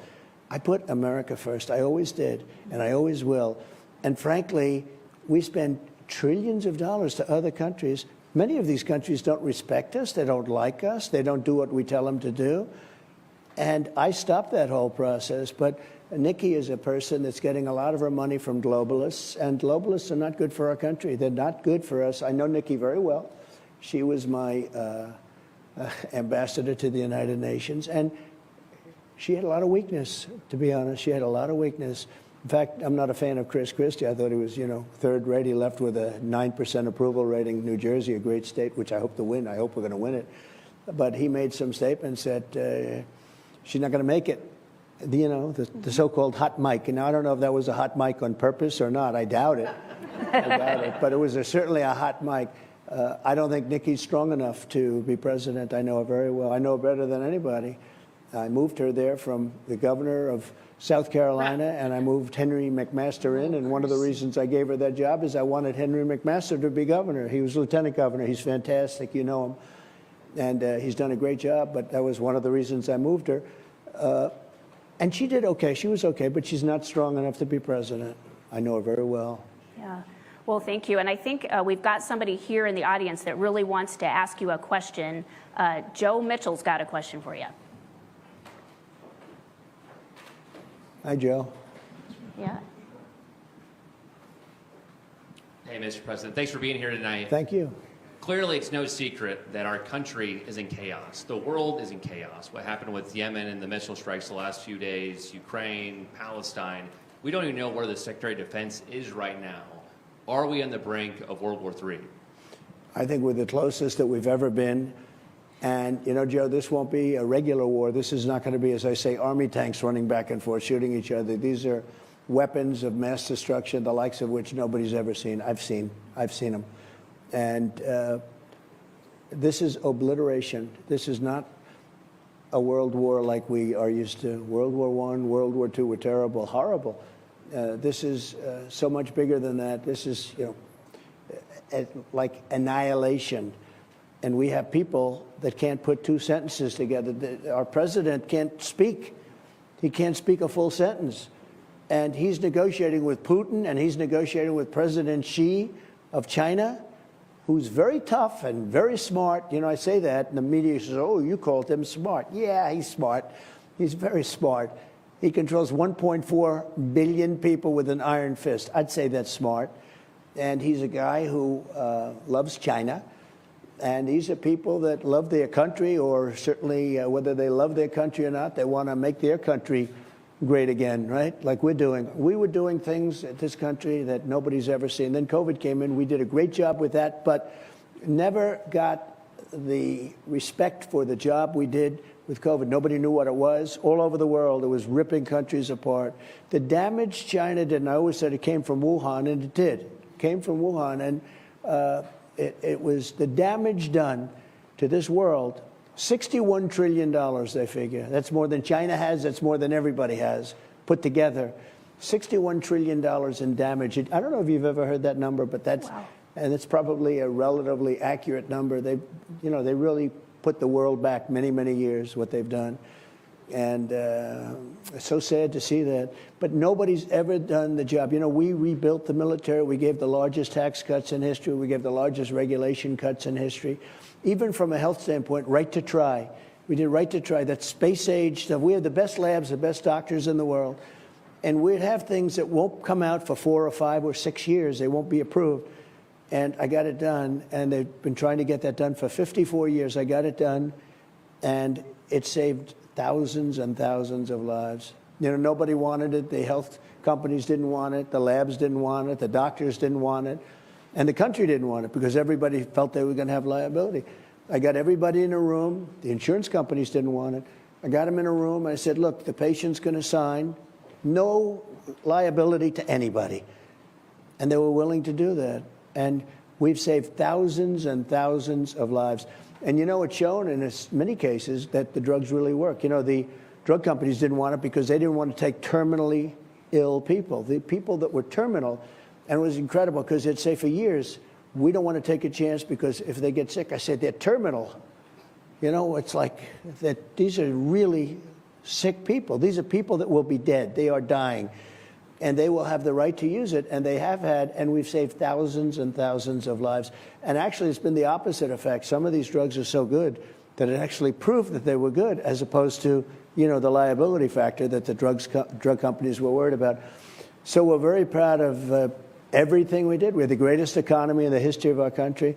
And again, the biggest tax cuts in history, and that is substantially bigger than Ronald Reagan's tax cuts, and he did it. Now, the Democrats want to have that elapse. It expires relatively soon. And that was a 5-year deal. It expires. And if that's allowed to expire, your taxes are going to go up at numbers that the biggest tax increase in history. And it'll also be very bad for the economy for the country. It's interesting. When I cut the taxes to that tremendous extent, including for businesses, everybody said, oh, wow, it's not going to be income. We take in much more income now than we did before with the higher tax rates. If they allow that to expire, which they'd like to do, I believe, I think they have a tremendous liability, because even politically, why would you vote for somebody that's going to raise your taxes by 75%? And that's what you're going to be doing. If you vote for crooked Joe Biden, and he's crooked as you can be, there's never been a president more crooked than this guy. If you vote for him, and remember this, he got a lot of money from China, he got a lot of money from Ukraine, he got a lot of money from Russia. Do you remember during the debate when I said, how come you got $3.5 million from the mayor of Moscow's wife? And Chris Wallace wouldn't let me ask that question. He said, well, I have to stop you. What is that? Well, that's become a very big subject. Why did he get it? And he can't answer why he got it. But we have sort of a Manchurian candidate in there. He's a guy who's very compromised, in my opinion. And that's why China's getting away with murder. China now is not doing well because of my tariffs. They cannot take the tariffs off because it's so much money coming into our country that they can't really justify taking the tariffs off. And I took in hundreds of billions of dollars from China. Hundreds of billions. No other president ever took in 10 cents. And I got along great with President Xi until COVID. That was a step too far. I couldn't do it. But I had a great relationship with him. But he was not thrilled with the tariffs. But we took in hundreds of billions of dollars. Think of it. And no other president ever took in not 10 cents. And we were really rocking and rolling. And then this guy comes into office, and it's so bad. And we're a laughingstock as a country. As you know, we're a laughingstock all over the world. Very sad. Thank you, Joe. Yeah. Well, Ukraine's also been a big hot button issue on the campaign trail. And Biden, DeSantis, Haley, they all want to send more weapons and more money to keep the war going. What do you think should be done with regard to Ukraine? Well, I think, again, Europe has to start paying, because I feel very badly for the people. It's so terrible. But remember this, Russia's a war machine. They defeated Hitler. They defeated Napoleon. That's what they do. A friend of mine, a great guy. A lot of people maybe think he's a little tough, but that's okay. Viktor Orban, Prime Minister of Hungary. He knows those countries very well. He's right there. He knows them very, very well, intimately. And he will tell you, Russia's this monster machine. We knock out 60 tanks, and everybody's bragging about the 60 tanks, but they've got 12,000 more tanks right behind them, 12,000. And they actually have a lot more than that. So it's a very tough thing, and you look at the damage that's been done. Here's the most important thing. It would have never happened, and it didn't happen, and it was unthinkable. I used to talk to Putin about it. It was the apple of his eyes, and I said, don't ever do it, don't ever do it. And we had great talks about it. He would have never done it. And he wouldn't have done it for two reasons. Number one, because I said, don't do it. But you know what else? I had it down at $40 a barrel.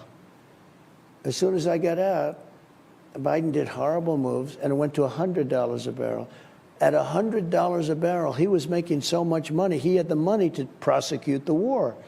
So that was another reason. He wouldn't have done it anyway. But, the other one, and we'll bring it right up to date, is Israel would have never been attacked. If you know, and I think you know, I think most people know, that Iran was broke during my administration. They were dead, flat broke.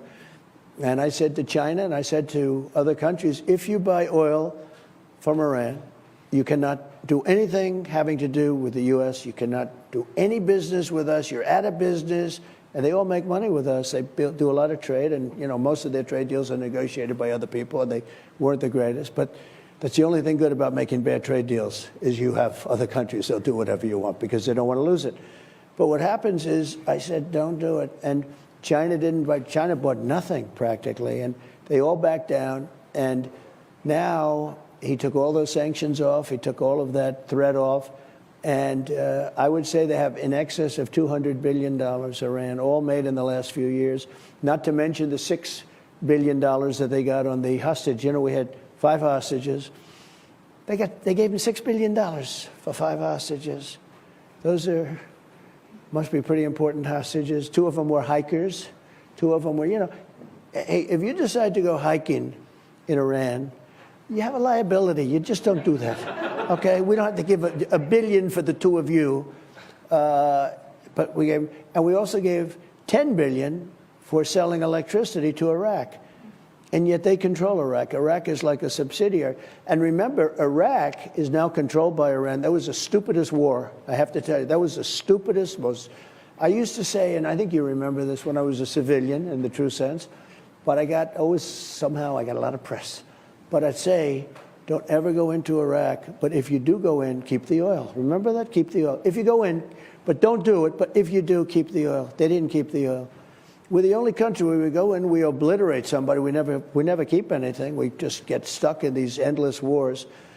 And I got us out of Syria. I got us out of Iraq. I got us out of everywhere, and we defeated ISIS. ISIS was a big thing. We knocked out al-Baghdadi. Al-Baghdadi, the leader and founder of ISIS, he was trying to rebuild it again. Remember Conan the dog? Conan did a good job. Conan almost got electrocuted, but Conan did a good job. He heard Conan coming, and that was the end of him. But we went in, and they were after him for 20 years. I got him. And we did a hell of a job. And these people are not doing a good job. Now, I know the 2 people we're talking about, because before we get to Biden, we have to knock off 2 people, and sort of 3 people. I don't think there's a lot of threat beyond the 2, but I don't think the 2 have much threat right now either. If you're leading Nikki in South Carolina by 60 points, that's not bad. She was the governor of South Carolina. You shouldn't be leading by 60 points. I don't like her. But we should be able to, I think we have a huge advantage here, because the only thing is I just landed in an airplane, and it's nasty out there. From the airplane to the car was about 20 feet, and I'm saying, wow, you're blowing it. You have a hard time reaching it. But it's getting better. I worry about that, but at the same time, I'm watching even the newscast today. They're saying the Trump voter has so much more spirit, dedication. They say they'll walk over it last, that the Trump voter's coming to vote. Yes. Their voters aren't necessarily. That's a big thing. They gotta come to vote.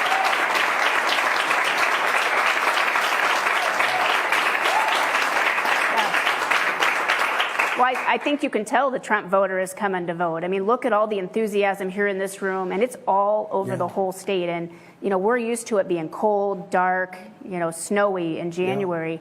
But we're also, we remember what it was like when you were president, and people are on fire. They are going to make it happen on caucus night. They're not going to stay in their warm house. They're going to go and they're going to caucus for you, President Trump. We just need to make sure everybody gets out and does that for you. I hope that's right. And I think it is. They just had a poll. They just had a poll that just came out as I was leaving. I don't know, there's so many polling companies, but they're all very good. We had one fake poll that came out of CNN, and Fox puts it on, everybody puts it on. They're so happy. But even that, I was leading by like 9 points. It's pretty good when you're leading by 9 points. This is in New Hampshire. In Iowa, I'm leading by 30 and 35 and 40 points in every poll. They can't find a bad one, so they try and report it as little as possible. But here we're leading big. In New Hampshire, I think we're leading really big outside of one fake poll, fake news CNN. And that's why nobody watches it anymore, right? That's right. But we're doing great in New Hampshire also, I think. Really good.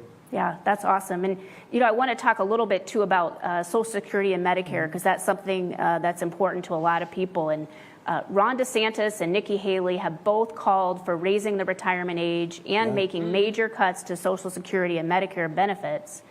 And when you were president, you protected Social Security and Medicare for American seniors, and you promised to do so again in your second term. Tell us why that's so important to you. First of all, you've earned it. I mean, they've earned it. They want to cut it, and they also want to, the Medicare, they want to cut that. And why are you doing this? We have more liquid gold right under our feet. We have so much wealth in this country, and we don't want to do it. We want to go to all electric cars so that we don't use our wealth. China has that kind of wealth because they have the battery wealth. But electric cars don't go far. They're very expensive, and they're going to all be made in China. That's why I think we had a poll just come out, and we're 11 points up in Michigan because the auto workers and, South Carolina way up to, wherever you make autos, because the auto workers understand if you go all electric, you're making those cars in China. They're not going to be made here. They're going to be made in China. And in addition to that, you should be able to buy electric cars, but you have to buy gasoline, combustion. You have to buy anything you want. You shouldn't be restricting it to electric. You go to California, I was there this summer, and you have blackouts and brownouts all the time. And now we're supposed to, they want all their cars to be all electric. The problem is, though, with the car, the batteries are somewhat expensive, but they're really, they can be very dangerous, you know that. And they can be very big. They take up a lot of room. Like they want to go all electric trucks. And half of the capacity that the truck is supposed to use for load is going to be a battery. But the other problem is they just don't go far. They just don't go far. A truck will go 300 miles, a big, an 18-wheeler, go 300 miles, and on gasoline, you take a Peterbilt or, one of the great companies that really do great jobs, they'll go 2,000 miles. So you go 2,000 miles on diesel, and the tank for the diesel is very small compared to the battery. The battery, to go even 300 or 400 miles, is much, much bigger than the tank. So they're going to have to devote a lot of that. And some of the things that I stopped, they want to go all electric Army tanks, okay? The problem is they don't go far, and it's a different kind of power also, by the way, but they don't go far. You say, what are they doing?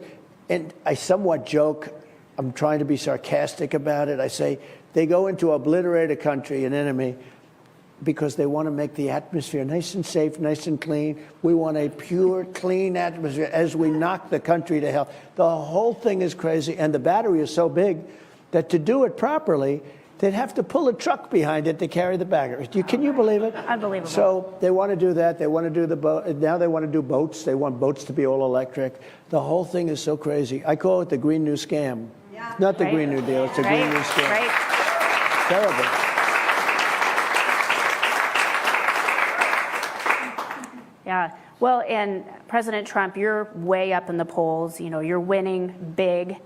But Biden has weaponized our justice system against his leading opponent, and that's you. And he's trying to dampen our enthusiasm of our movement, and he's committing election interference. And election fraud. Yeah. He's a fraud.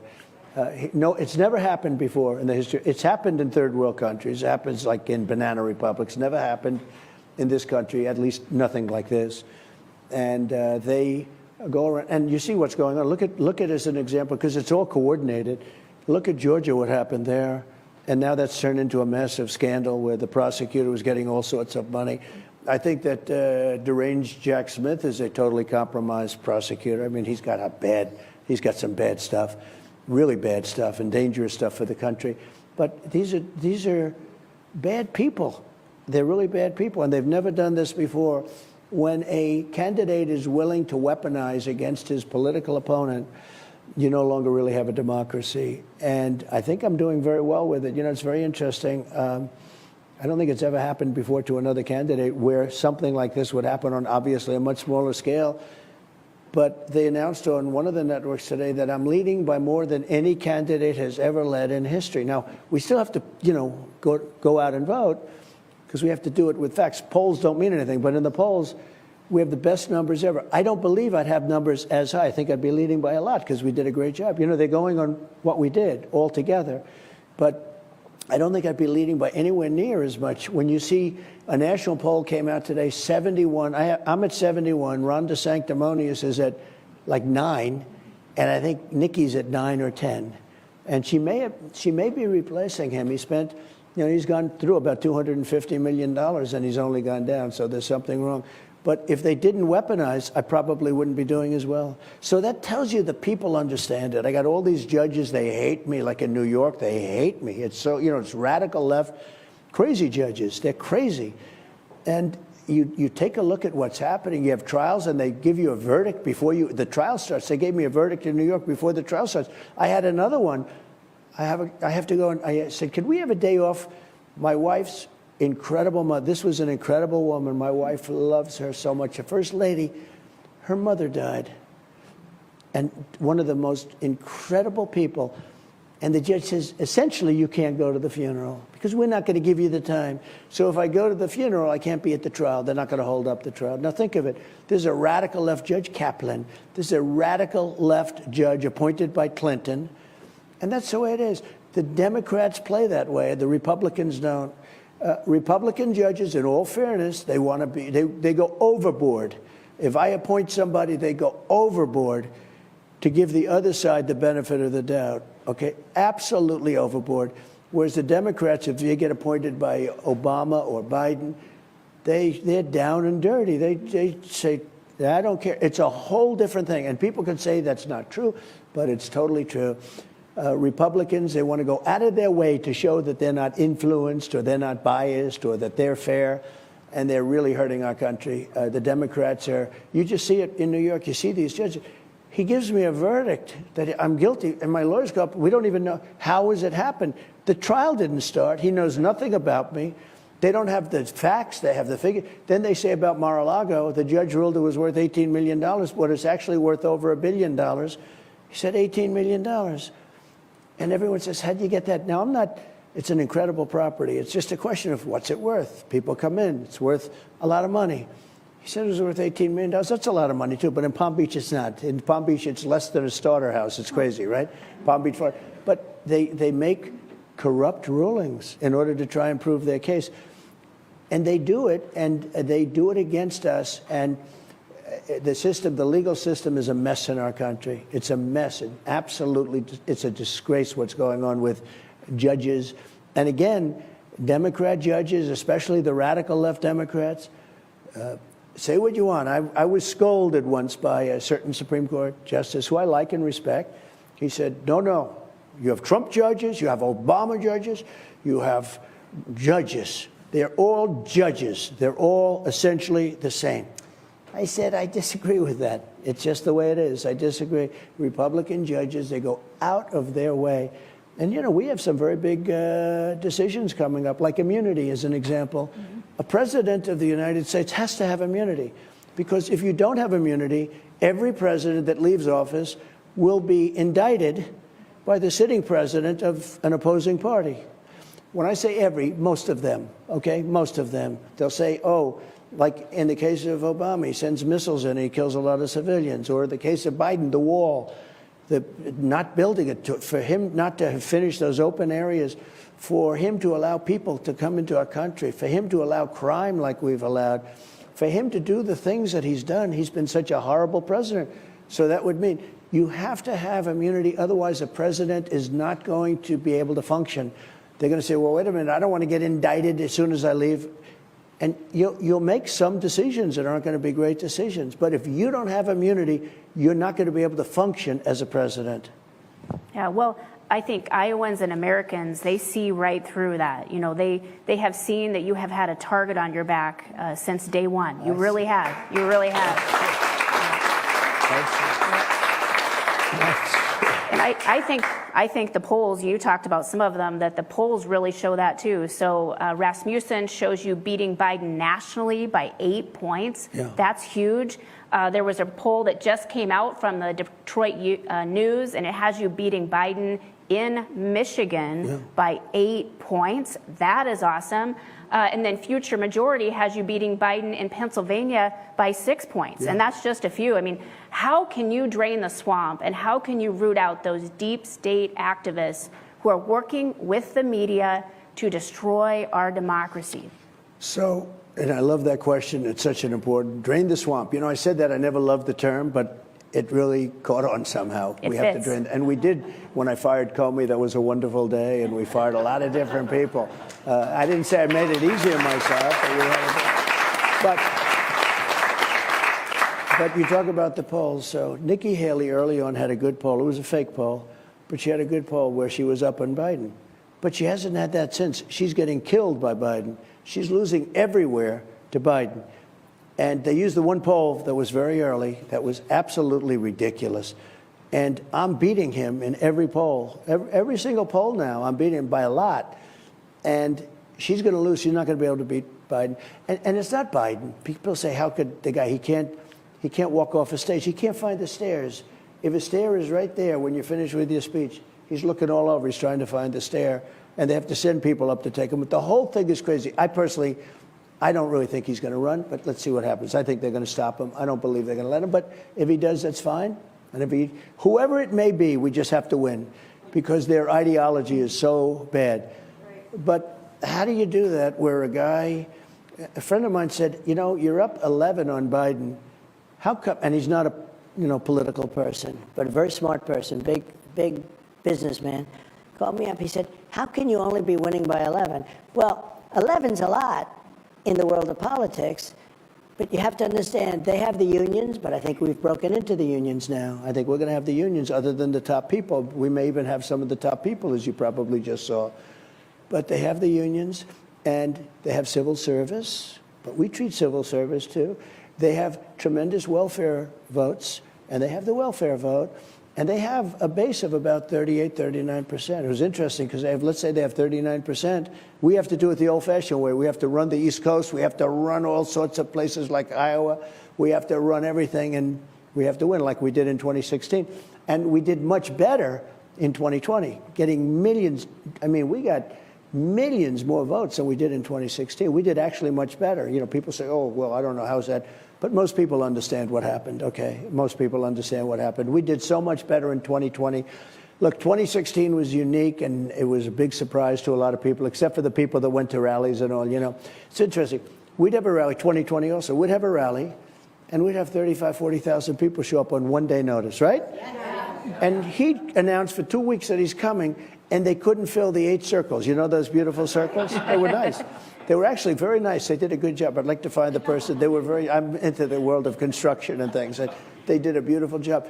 They had to use the fake news media to fill them up. So they have people from CNN standing in a circle.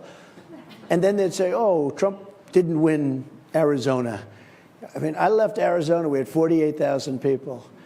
He left Arizona. He literally couldn't fill up the circles. And then we hear we lost by a whisker. We lost just by this much. We've got to clean up our elections. Yeah. We've got to clean them up because we have to clean up our borders.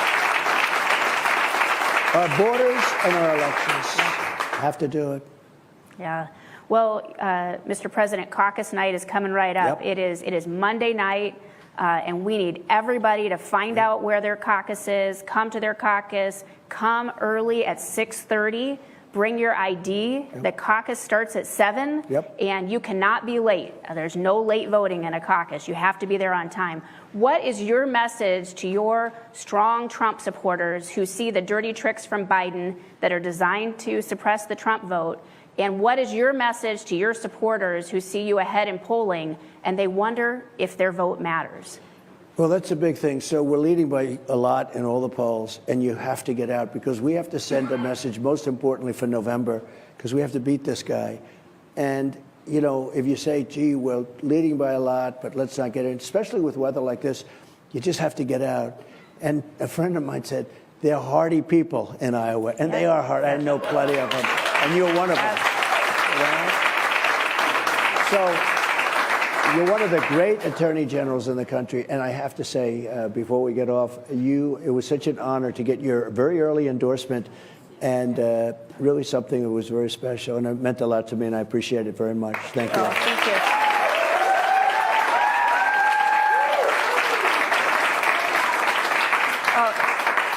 I was glad to do it because we need you back as president. Iowa wants you back. The whole country wants you back in the White House. We need you. Thank you. Well, good job. We will not let you down. Okay. Thank you. Thank you very much. Well, I think we heard it straight from you. It's absolutely important that people show up to their caucus site 6:30 Monday night. That's right. You have a big lead, but you need them to be there for you to send that big message to Biden and to the whole country that sometimes the road to the White House starts in Iowa. This time it ends in Iowa, right? And, it's very important to me because Iowa, I think of two things. I think of farmers, but you have a lot of other business, but I think of farmers and Shout out to everybody watching the live show. You know what time it is. Smash the like button and subscribe to the channel. Okay, so that was an old one before he was actually given the presidential nominee by the GOP party. So now we're gonna go to his rally in Pennsylvania after he was shot in Pennsylvania. That's the next video. And after that, we're gonna watch Kamala's video. Well, Kamala's rally today. But first, we gotta do the OG Trump. From the lakes of Minnesota to the hill. I filled it up, and then she goes on last night. In about 6 minutes, everyone was leaving. They were pouring out. We don't need that. We've got our star. You know who the star is? All of you people are the star. You're the star. And I mean that. Hello, Harrisburg. A very special hello to Pennsylvania. I'm thrilled to be back in this beautiful Commonwealth with thousands of proud, hardworking American patriots. Thank you very much. As you know, this is my first return to Pennsylvania since our rally in Butler. We're going back to Butler, too, by the way.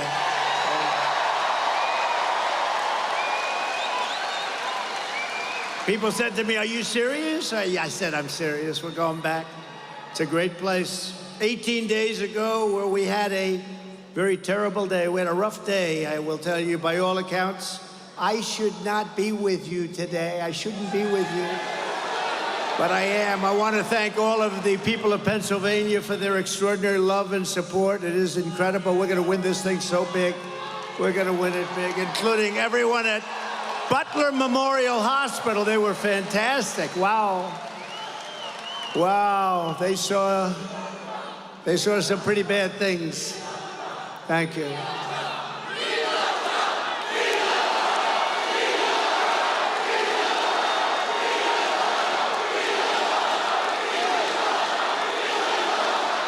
Thank you very much. No, they did an amazing job. And we have, by the way, we have the doctor, one of the great doctors was there. He worked on Corey, actually. Corey had a hard time.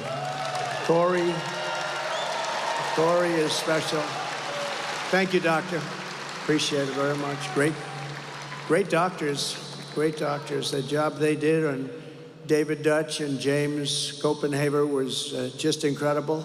And as you know, they brought him back from very, very seriously wounded. They were going to be maybe not with us. It was a group of us, but they are doing really well now. They're making it. They're going to be fine.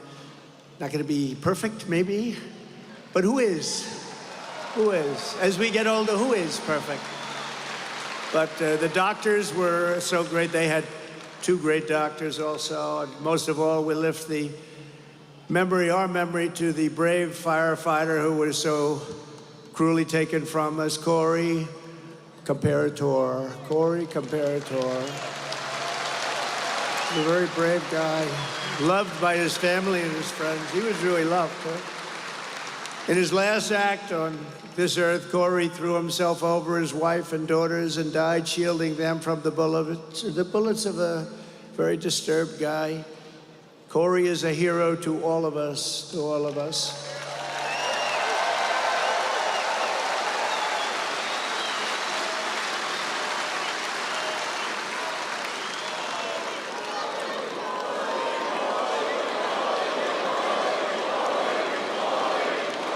I want to thank a friend of mine, too. I'm not going to mention his name because he's pretty well known.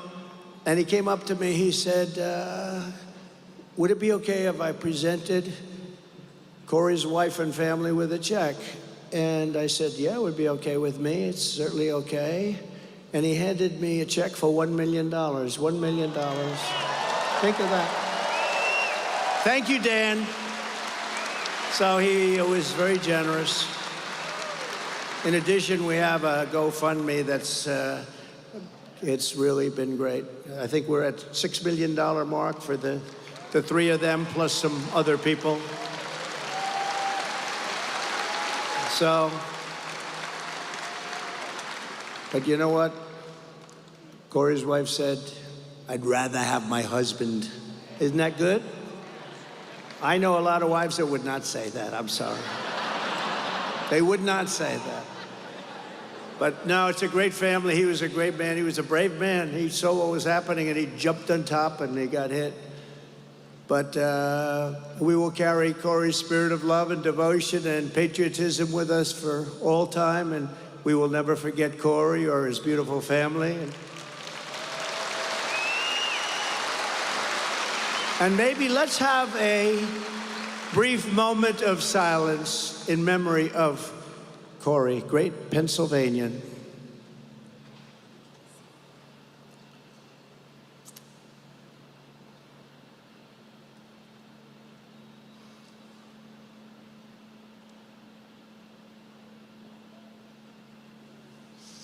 Thank you very much. Thank you, everybody. Beautiful. Beautiful. That is the most quiet I have ever heard an arena. I have never heard. You could hear a pin drop. No, it's amazing. It's a beautiful thing.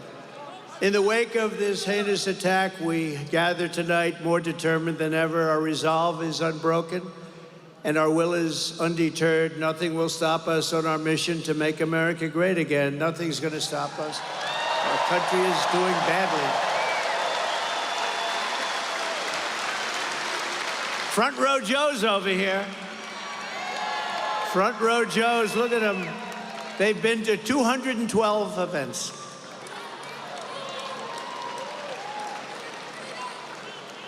You know, I'm pretty sure we have their vote. I'm not sure. You can never be sure of anything. You're voting for Trump. Okay, front row Joes. They love us and we love them. Thank you very much. Thanks, everybody. But as we're fighting to bring back the American dream for you and your family, the radical left Democrat Party bosses have installed a puppet candidate to fight only for themselves. Kamala Harris got 0 votes.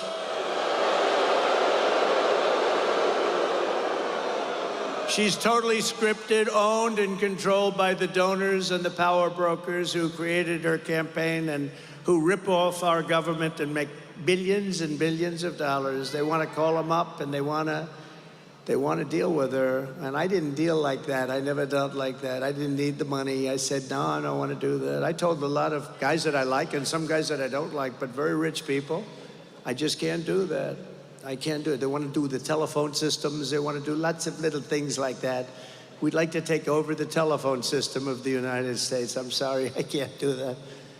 But unlike her, I cannot be bought and I cannot be controlled. I have no interest in that. My only loyalty is to you, the people. And you know that. Well, I could have had such a nice, easy life. I could be at a nice place right now, relaxing, watching the waves breaking. But I'd rather be right here in Harrisburg with you. People that built our country. You're the people that built our country. I mean, some people don't like saying that, but you are indeed the people that built the country. We have, no matter where we go, we have the most incredible people. After lying to the country for years about Joe Biden's mental and physical condition, Kamala is now being given a personality makeover. Don't forget, 4 weeks ago, she was like considered the worst. Not smart, terrible, the worst vice president in history. He's the worst president we've ever had. But they were considered terrible. And all of a sudden, she's the new Margaret Thatcher. That happened, right? The great Margaret Thatcher. No, I don't think so. But you're gonna learn little things like defund the police. That doesn't work, does it, huh? You're gonna learn. Because everything about Kamala Harris rollout, it's phony and it's fake. Did you see when President Obama and Michelle called? Did you see? Hello? Hello? Yes. Yes. Who is this? Oh, this is Michelle and Barack. Oh. So surprised to hear. They got 4 cameras in front. Oh, I'm so surprised. It's on speakerphone. Listen, we just want to congratulate you on destroying Joe Biden. I mean, on winning the... Hey, is Joe Biden gonna... Was that the phoniest phone call you've ever seen? How do you think, Dan? What do you think? Dan Muser, great congressman. What do you think? Was that a phony phone call? You wouldn't do it. You wouldn't get away. In your district, you wouldn't get away with it, would you? But she's a defund the police radical trying to pass herself off as a tough on crime prosecutor. She wasn't tough on crime. She's only tough on guys like me because they want to go after their political opponents. And we won the big case in Florida. Did you see? We won it. And he had a similar case, but it was much worse, and he didn't have the Presidential Records Act. He had a similar case, and you know, the special counsel, which is basically special prosecutor, adjudged him to be essentially mentally incompetent, with poor memory, but a nice old guy. He's not old. You know, 81 is not old. I have friends that are 95 that are still. Bernie Marcus, founder of Home Depot, 95 years old, still sharp, still sharp. I spoke to him the other day. I said, I think you're smarter now than you were 30 years ago. I don't know what's going on. I said, what's going on? It's working every 81 is not old.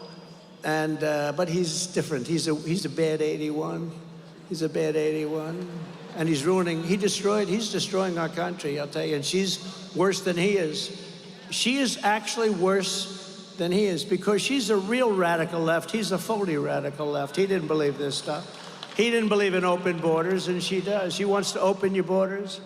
She wants to have all-electric cars. She loves the all-electric car mandate. She destroyed San Francisco. But she's the architect of the border invasion, trying to pretend she's strong on border security.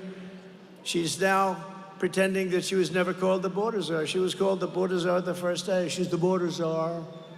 And she never went. She actually went, you know, they say, they fact-check me. Anything I say is like a little. She actually went to a beautiful part of the border. I would love to take my First Lady wife there to have dinner. It's beautiful, very safe. No, she didn't go to the real border, did she, Front Row Joe? She went to a nice little place, was there for a short period of time and left. So she's never really been to the border, and she's the border czar, and our country's being invaded with people from prisons and people from mental institutions and terrorists. She's a failed vice president leading a failed administration while trying to convince you that she represents hope and change. Well, she does represent change. She wants to turn us into a communist country. That's her change. She was voted the most unpopular vice president in history. That's hard for a vice president to be that unpopular, right? Just like Biden will go down as the single worst president in the history of our nation. The happiest man is Jimmy Carter. He's an old guy right now. He's an old guy, but he's happy because his administration is considered brilliant. Brilliant by comparison to this disaster that we have right now. In her speech in Atlanta last night, Kamala Harris even tried to outbrand a new Southern accent. Did you hear a new accent? If I ever did that, all of those people back there, look at them, look at all those cameras. That's something. Oh, when I go through hell, I'd have a week of hell if I ever tried to do that. The contrast could not be more stark. On the one hand, you have a radical left puppet candidate who is fake, fake, fake. And on the other hand, you have a president who will fight, fight, fight for America.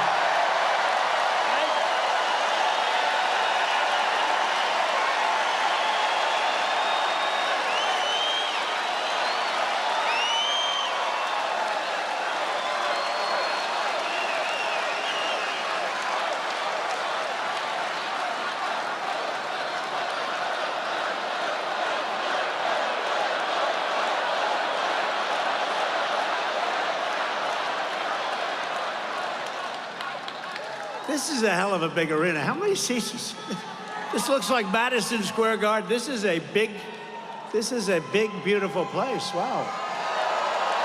I didn't care. I didn't care.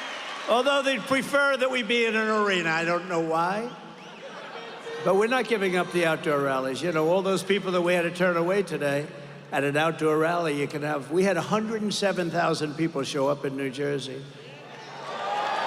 107,000. But you know, in the South Bronx, we had 25,000 people. It was like a love fest. South Bronx, tough place, but it was a lot of love.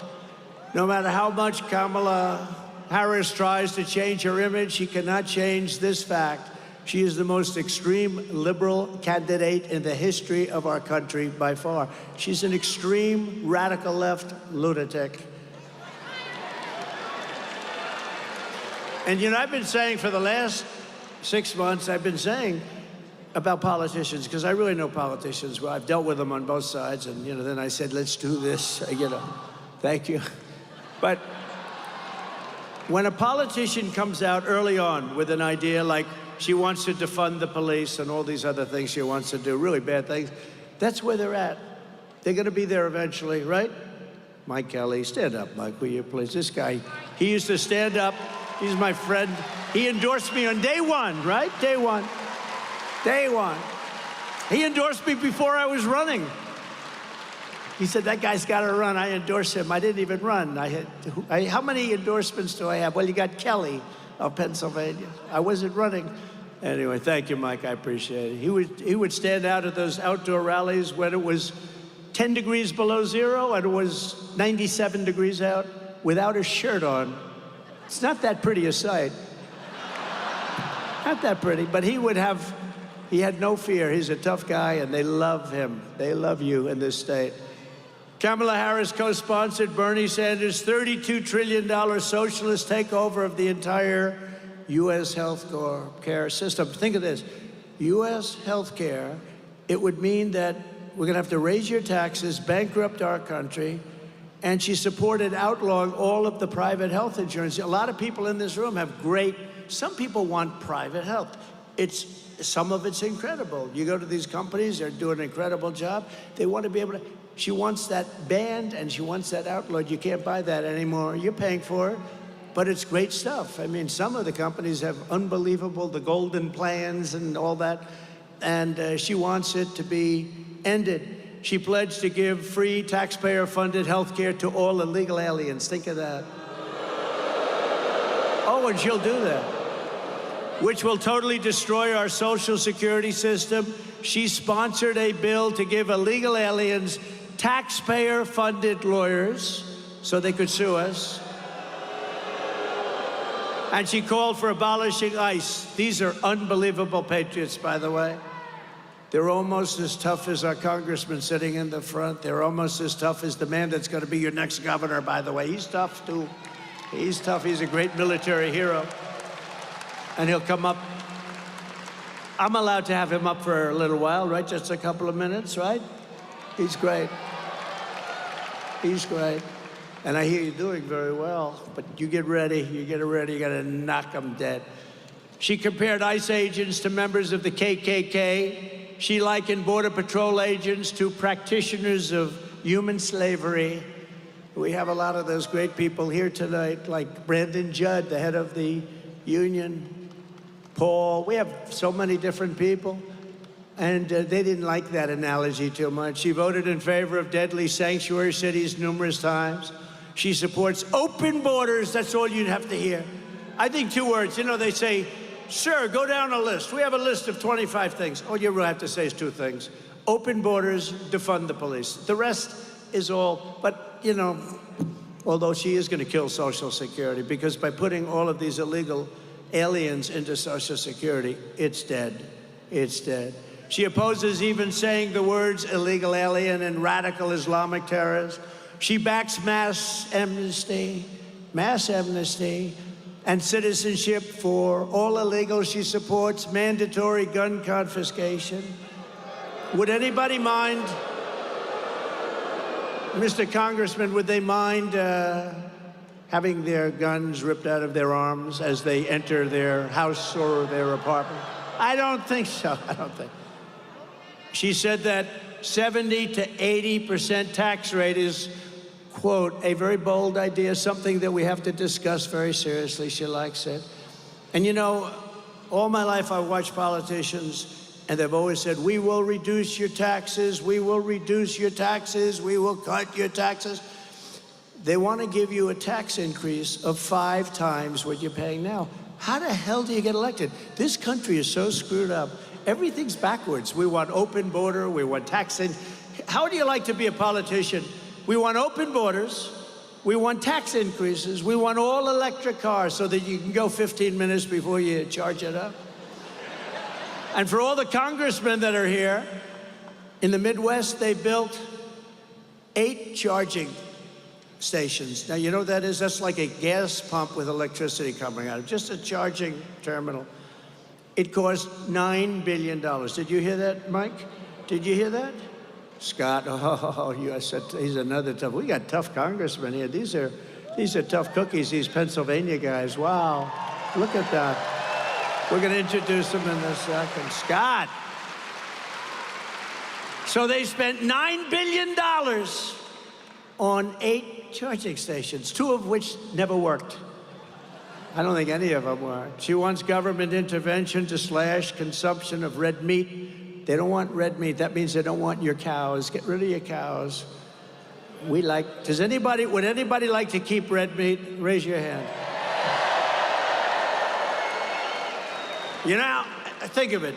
Borders and electric mandate and all of the things. Red meat. Oh, how the hell do you get elected, right? You know how they got elected? By cheating. They get elected by cheating. Because they want to raise your taxes by 5 times. Oh, please vote for me. I'm going to raise your taxes 5 times higher. But the red meat is to fight climate change, okay? Climate change. She supports ending cash bail to immediately release criminals upon arrest. If they kill somebody, no bail, don't worry about it, no cash. You just killed 3 people. No, let's let them out in Harrisburg. It's a wonderful place.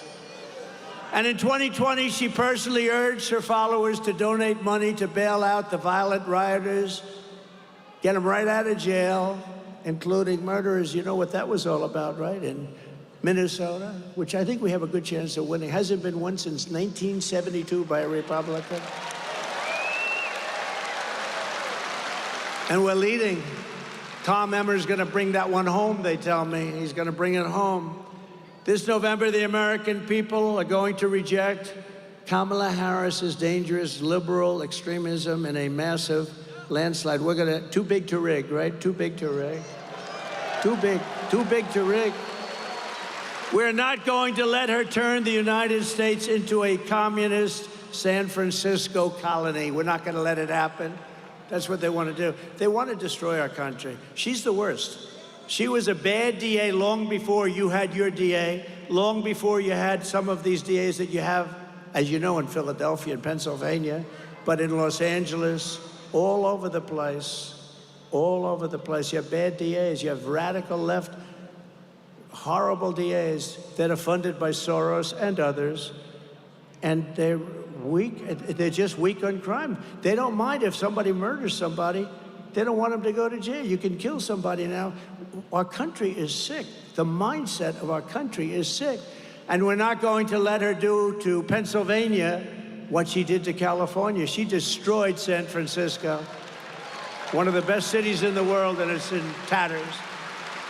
So she's a liberal from California. She ruined the state. She ruined this one of the greatest cities in the world.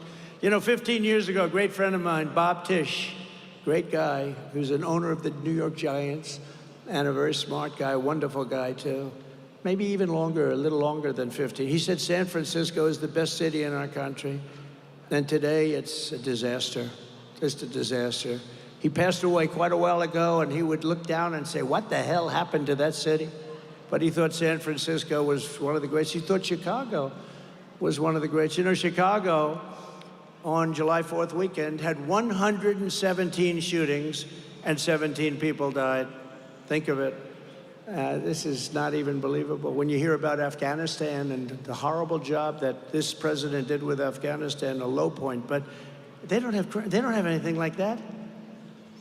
In one of the most astoundingly phony moments in her speech last night, Kamala Harris bragged that, quote, I will proudly put my record against Donald Trump's any day of the week. I will put it against Donald Trump.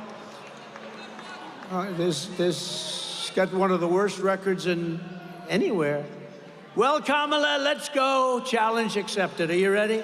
Let's compare our record point by point.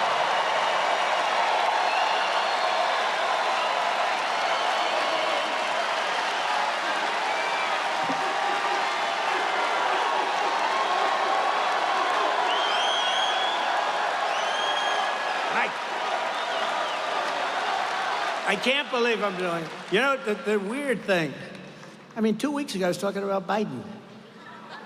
I didn't even know her name. Nobody did. Kamala. Hello. Beautiful. I didn't even know her name. Kamala. I heard she was a rotten border czar. That's about all I knew about her. Her only job was the border, and she never went there.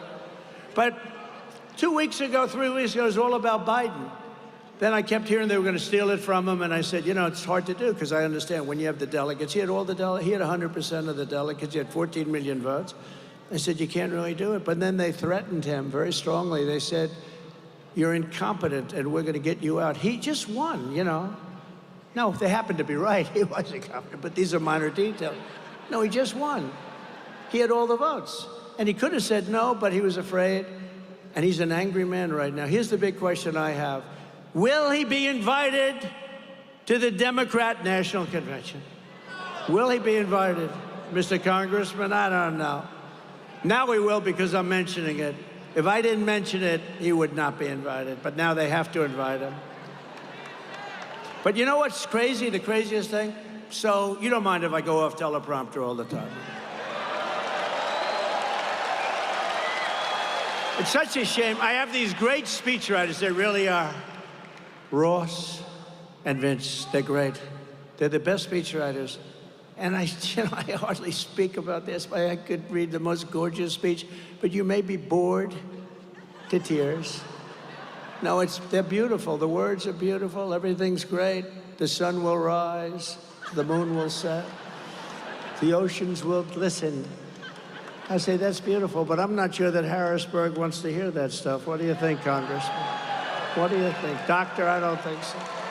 No, they are great, but I tend to go off about 75% of the time. But you know, the hard part is that 3-4 weeks ago, I was talking about Biden. He's incompetent, he's a horrible president, he's the worst president in the history of the country. Now I say she's the worst vice president, which is true. She's considered the worst. She's the most unpopular vice president in the history of the country. She did a transformation. You know, the press is very corrupt, you know that. They gave her a transformation like Houdini. That was a Houdini-like, that was a magic trick. But don't worry, she's going to fall, because it's not about him or her, it's about the policies. They're the same, and they're horrible, right? But they gave her, so, you know, it's sort of like, I don't know if anybody watch UFC as an example. Do you watch it, right? Dana White, the great Dana White. Did you see him? He introduced me the other day at our convention. We had the greatest convention in the history of politics, in my opinion. Thank you, Milwaukee and Wisconsin, and the arena was beautiful. It was an unbelievable, but Dana White introduced me, and he heads up UFC. He's done an incredible job. But it's almost like you're having a fight between two guys, and one guy is getting beat up bad. Then he goes to a debate, right? The debate didn't work out too well. How did the debate work out for him? I don't think so good, Scott. The debate didn't work out exactly good. Then he tried to recover from the debate by going out every day, and it got worse and worse. It was a basic disaster. But it's like having two fighters, and the one guy's getting beat up really badly, and they say, all right, stop the fight. Come on out, I'll put a new one in. That's what we have here. Kamala is the new fighter. Who cares? Under my leadership, we achieved the most secure border in U.S. history. You know that, because you didn't have people sleeping on your lawn all night. We ended catch and release.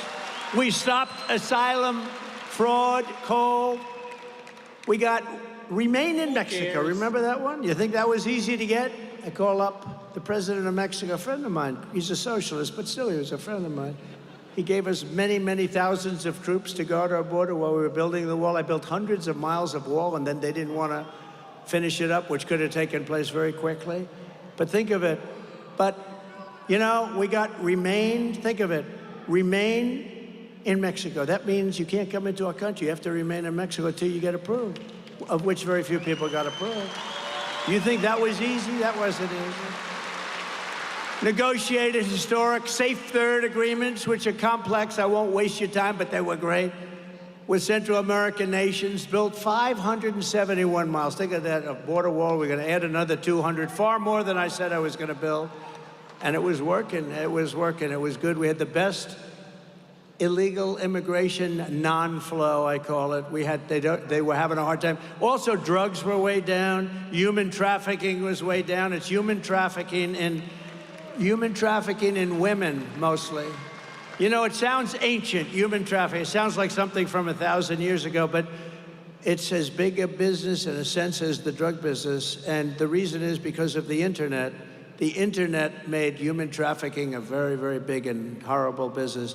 They traffic in women. They put them in the trunk of a car. They put them in the back seat, and they close it up, and you can't even breathe. And they bring them across the border. We had knocked it down cold, and now it's at a level 5 times greater than it ever was before. Nobody's there to check. Nobody's to look at the car. Nobody knows who's there, who's in it. But you can see it on a certain chart that I have. You know, this chart saved my life. Where is that chart?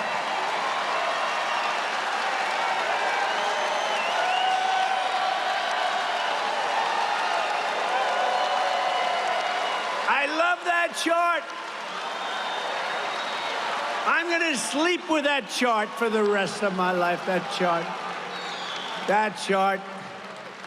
You know, the amazing thing, you know, the people that operate the computers and all the brilliant equipment we have backstage, she said to me, she's great, she's great. She should come out. Just tell her to come out here for a second. Quick, quick, quick, quick. You got to get her out. She's never done this before. She saved my life, in a sense. I said, you saved my life. Here she is. Wow. Whoa.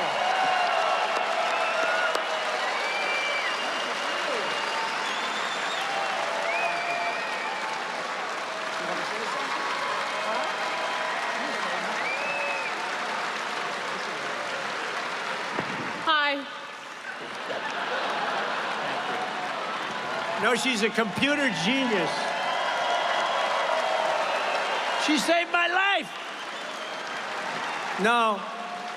So, you know, the story is, but that chart, I only used it probably less than 20% of the time. So in other words, we do the rallies and stuff. Sometimes I'll pull it down, sometimes I won't, because I do things a little bit at random while I'm up here. Hello, look at a big fella back there.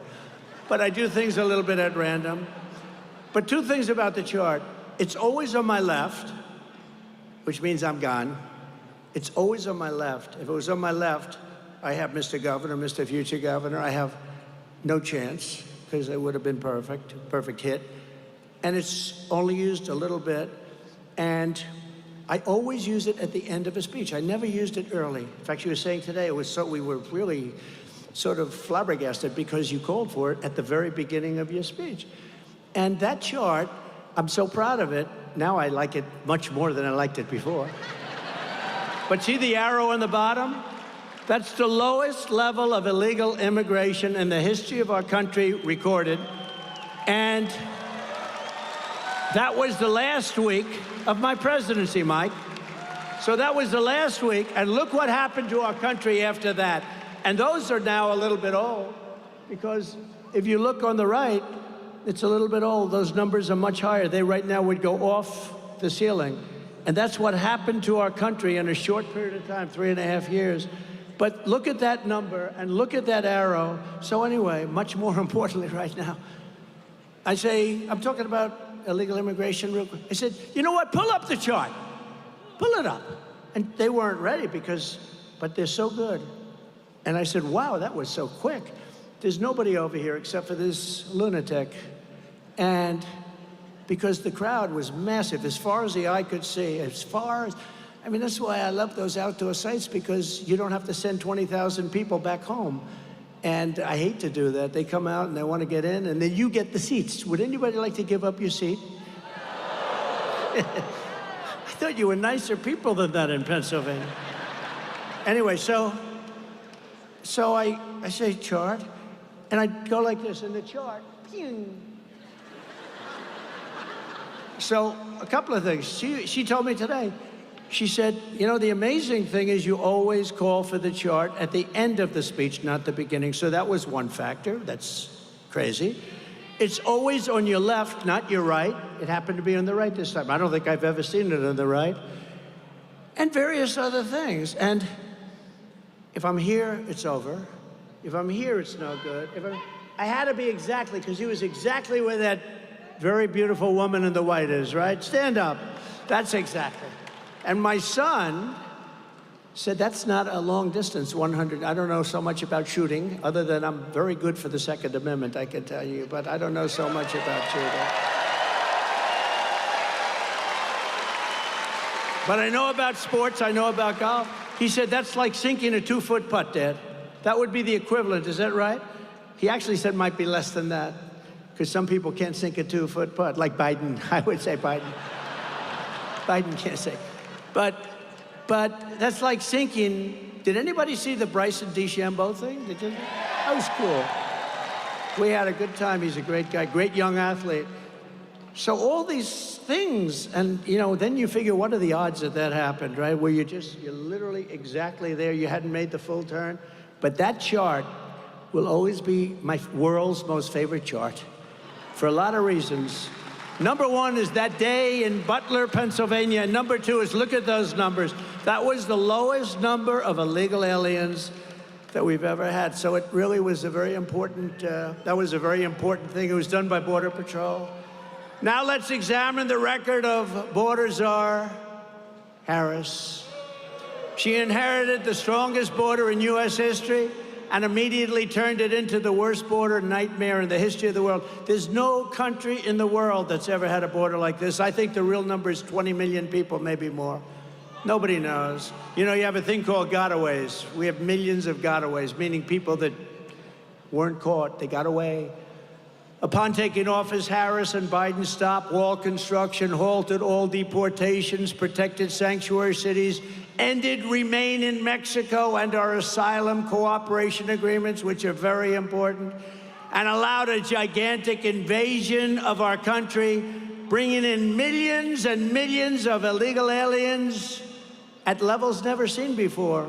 Now, actually, other than that, I thought she's doing a very good job, right? She's done a wonderful job. She's the worst ever. And she's going to be your president. She will destroy our country. This November, the American people are going to compare these records, and they're going to tell Border Czar Harris, you have done a horrible job. You're a disgrace to our country. You're fired. Get out of here. You're fired. Get out.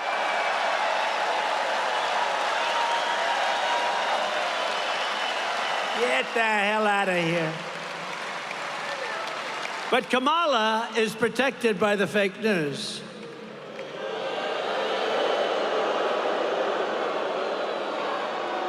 They're trying to delete everything she said. Hey, did you ever see the Unselect Committee? The Unselect Committee on January 6th, did you see where they went and deleted and destroyed all evidence? It was deleted and destroyed. So I think, Dan, you and all of my friends here, they should be indicted for that. They destroyed evidence. You know why? Because the evidence showed that we were innocent. The evidence showed that Nancy Pelosi should have had protection at the Capitol that I offered her, and they turned it down. The evidence showed that all these stories were fake, including me wanting to grab a big, strong Secret Service agent around the neck. Think of this. Think of this. I'm in a car. I say, fellas, I'd love to go down to the Capitol. Sir, we don't think it's good because, you're very exposed there. It's all that's okay. I said, you don't think we could? No. So I said, all right, where do you want to go? We'll go back to the White House. That's the experience. This one person had me getting extremely upset. I don't get upset. When somebody smart says, sir, you're probably better. And nothing was happening. It was just people were walking down, remember, patriotically, right? Right? Right.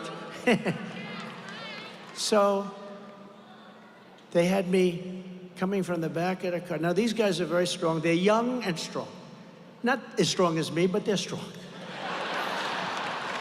And I grabbed the one guy driving, and he's got arms like this. I grabbed him, and I was rebuffed. And then I went over to the right, and I think he's like a world champion karate guy, right? Like a very tough cookie. Bobby. His name's Bobby. That's all I know, but I know him well. He's a good guy. And I grabbed him around the neck. And I began to twist and turn. And he was in tremendous pain because of the power of Trump. Tremendous pain. And then I went back to the White House and I started throwing hamburgers at the wall. This is the story this person told. So they went to the Secret Service. They found out it was all bullshit. Everything. It's all made up. It was just made up.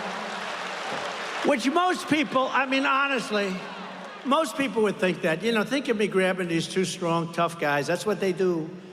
The one guy said, you know, if somebody ever put their arms around me, he's trained automatically to go with his fingers like that. You know, just what he's trained. I like other things better, personally. I'd like to run the country better. That's what I'd like to do, you know. They're good with the finger. They're good with their fingers into the eye. The fingers into the eye, and you have a tendency to immediately let go and get a towel and start crying because it hurts. They say, oh, that hurts. No, it was all made up stuff, you know. It was all made up stuff. But wouldn't you think it is? I mean, who would believe Trump was so angry he grabbed the one guy who was rebuffed. Then he grabbed the other one around the neck. These people are sick. Who would believe it? But probably some people do, even if it's 5 people. But no, but some people would believe it. You know, they hear it. They deleted everything because the stories turned out to be false. They deleted everything. Nancy Pelosi turned down 10,000 troops or National Guard. If we had 500, you wouldn't have had a problem. And what you never see is the crowd. The crowd was, it was the largest crowd I've ever spoken before. And a small portion walked peacefully and patriotically down to the Capitol. You remember the term? Peacefully and patriotically. He's horrible. It's insurrection. You know, if you have an insurrection, you don't say peacefully and patriotically, right, Mike? You say, let's go. No, these are really bad people. These are crooked people. And then her daughter, you saw that about a month ago, her daughter taped her saying that it was her fault the day, their daughter is a cinematographer. I'm sure Nancy's thrilled. They just released a tape where Nancy is saying, this is my fault. This is during the thing because she didn't accept my offer. She said, this is my fault. I could have stopped this. Now she's trying to say, well, she didn't really mean that. No, these are bad people. They're trying to delete everything that she said over the last, think of it, this is on Kamala, it's no different. Over the last 10 years, that's controversial or bad. It's like defund the police, the fact that she was given authority over the border, that, you know, they're trying to say that under no circumstances was she even in charge of the border.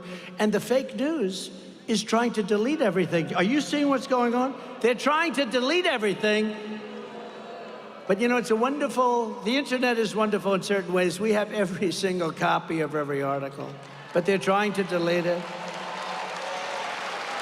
Under crazy Kamala's policies, you know, when I got hit, everybody thought I was going to be a nice guy. And they thought I changed. Remember, just before the Republican convention. And nobody thought I'd be there. You know, it's not great to be there when your ear is slightly throbbing. Let's go to the convention, darling, to the First Lady. Let's go. But I got there. Next day, I left, right? And it was the greatest convention.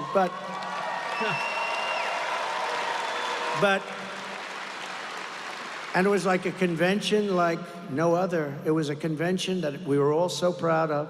But they all said, Trump is going to be a nice man now. He came close to death.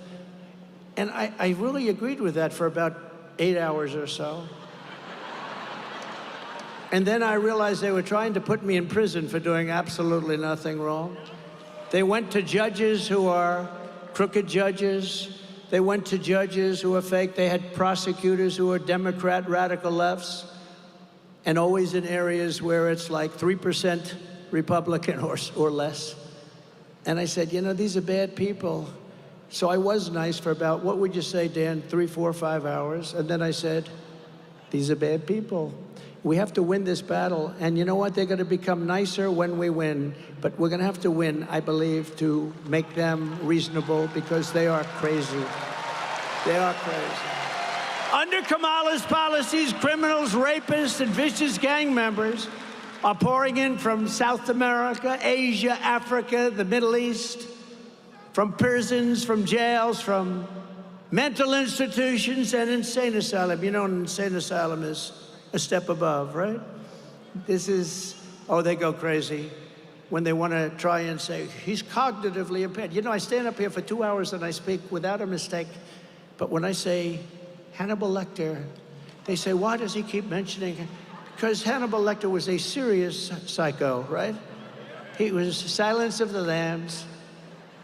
Dr. Hannibal Lecter, he'd like to have you for dinner. See the man with the wall? Stand up. Look at this guy. He's here so much. He's great. He's great. He's a Trump voter. I don't think we have to worry about him, do we? He's a Trump voter all the way. But Hannibal Lecter would like to have you for dinner. But these people are now in our country, and they always, you know, actually it's quite clever, I think, but, you know, what do you do? But they're always saying, like, he mentions Hannibal Lecter. It doesn't make sense. No, it makes a lot of sense. They're coming into our country, and they're coming in from insane asylums, which are closing all over the world. It's not just South America, because we have the worst people representing our country. They laugh at the stupidity of these people all over the world. They're coming from the Congo in Africa, 22 prisoners right out of prisons from the Congo in Africa, not just South America. Meanwhile, our crime rate is going up. How about where they say our crime rate's going down? We just had 117 people shot. You could take just Chicago and the whole nation's crime rate. Look, these are bad people. They're phony people. They're liars. They cheat on elections. They do a lot of bad things. And we have to win this election because crime statistics are a disaster. They're made up by people that work in the White House. And obviously the crime is getting worse because we have probably 20 million people in our country right now. And every single day you read about one of these horrible monsters from parts unknown who raped a young girl, killed her, cut him up, uses knives, not guns, because it's a slower death. These are monsters, and we have them in our country, and we're going to deport them at a level like nobody's ever seen. We're going to get them the hell out of our country. They're going back to the country from which they came. Because we have become a dumping ground for the world, and we're not going to take it anymore. We're going to get rid of these liberal lunatics like Kamala. Just yesterday, it was reported that more than 1,000 members of the savage Venezuelan gang, Trendy Arguay, are plotting to conduct ambush attacks on police and law enforcement in the United States. All the while, Harris and Biden sit in the White House and try and figure out who's dumber. They sit in the White House. Think of it. Massive numbers of Venezuelan gang members. Now, Venezuela is very smart. They sent them into our country. And then you read that crime is down 72% in Venezuela, which it is. On Sunday, in a separate incident, a Venezuelan illegal alien criminal let in the border by our border czar, Harris, shot a female police officer in Texas. You read about it. Multiple times with a rifle. Thankfully, the officer is perhaps going to survive. They don't know yet, but probably. But most victims are not so lucky.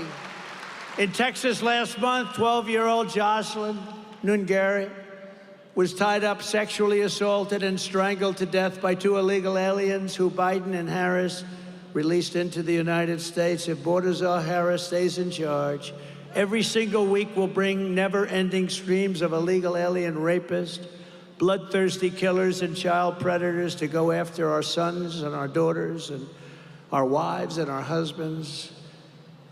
They're letting horrible people into our country. They're poisoning our country. By contrast, if I am elected on day one, we will begin the largest deportation operation in American history. And we will immediately deport all of the criminals that Border Czar Harris has allowed to enter our country. They'll be deported.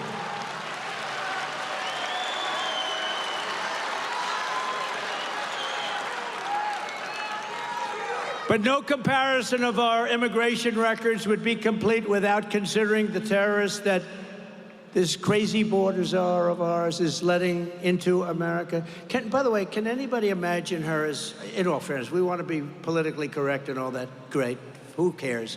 Can anybody imagine her dealing with President Xi of China, who's a fierce individual, fierce person? You know, she was sent to deal with Putin to keep him from invading Ukraine, which, by the way, he would have never done if I were president. Israel wouldn't have been attacked. He would not have attacked Ukraine. The recent hits on Israel wouldn't have taken place. We wouldn't have had inflation. You wouldn't have had that horrible disaster in Afghanistan. None of these things would have happened, would be respected again. Now we're laughed at. All over the world, they're laughing at us.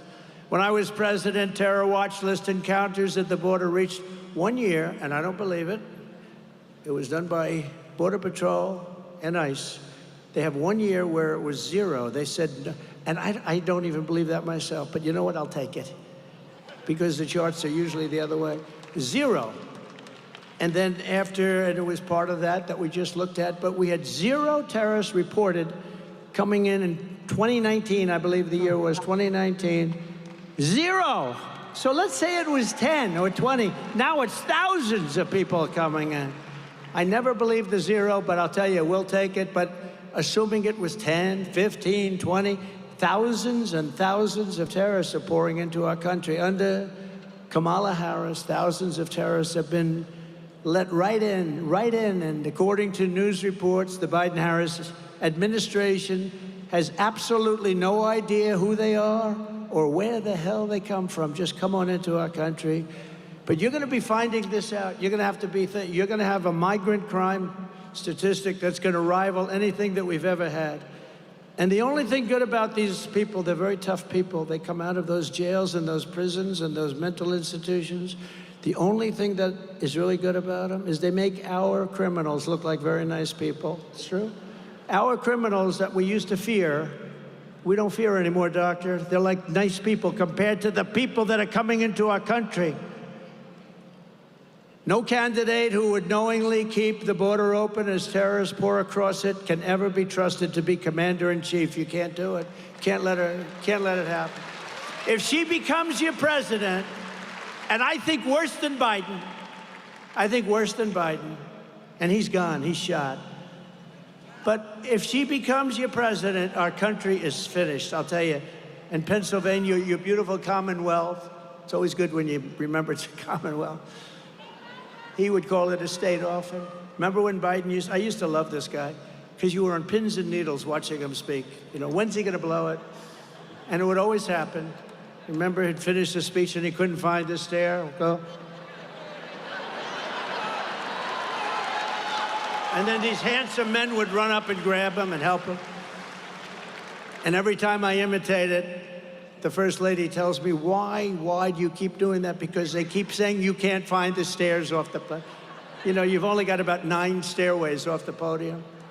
But unlike Kamala Harris, I will keep radical Islamic terrorists the hell out of our country. We're going to keep them out. We're going to be safe. We're going to have a safe place. Fact is, 4 years ago, we were respected like never before. I would say like never before. We were respected by China, by Iran. Look at Iran. Iran is going wild now, aren't they? You know, Iran was broke when I was president. They didn't have money to give to Hamas. They didn't have money to give to Hezbollah.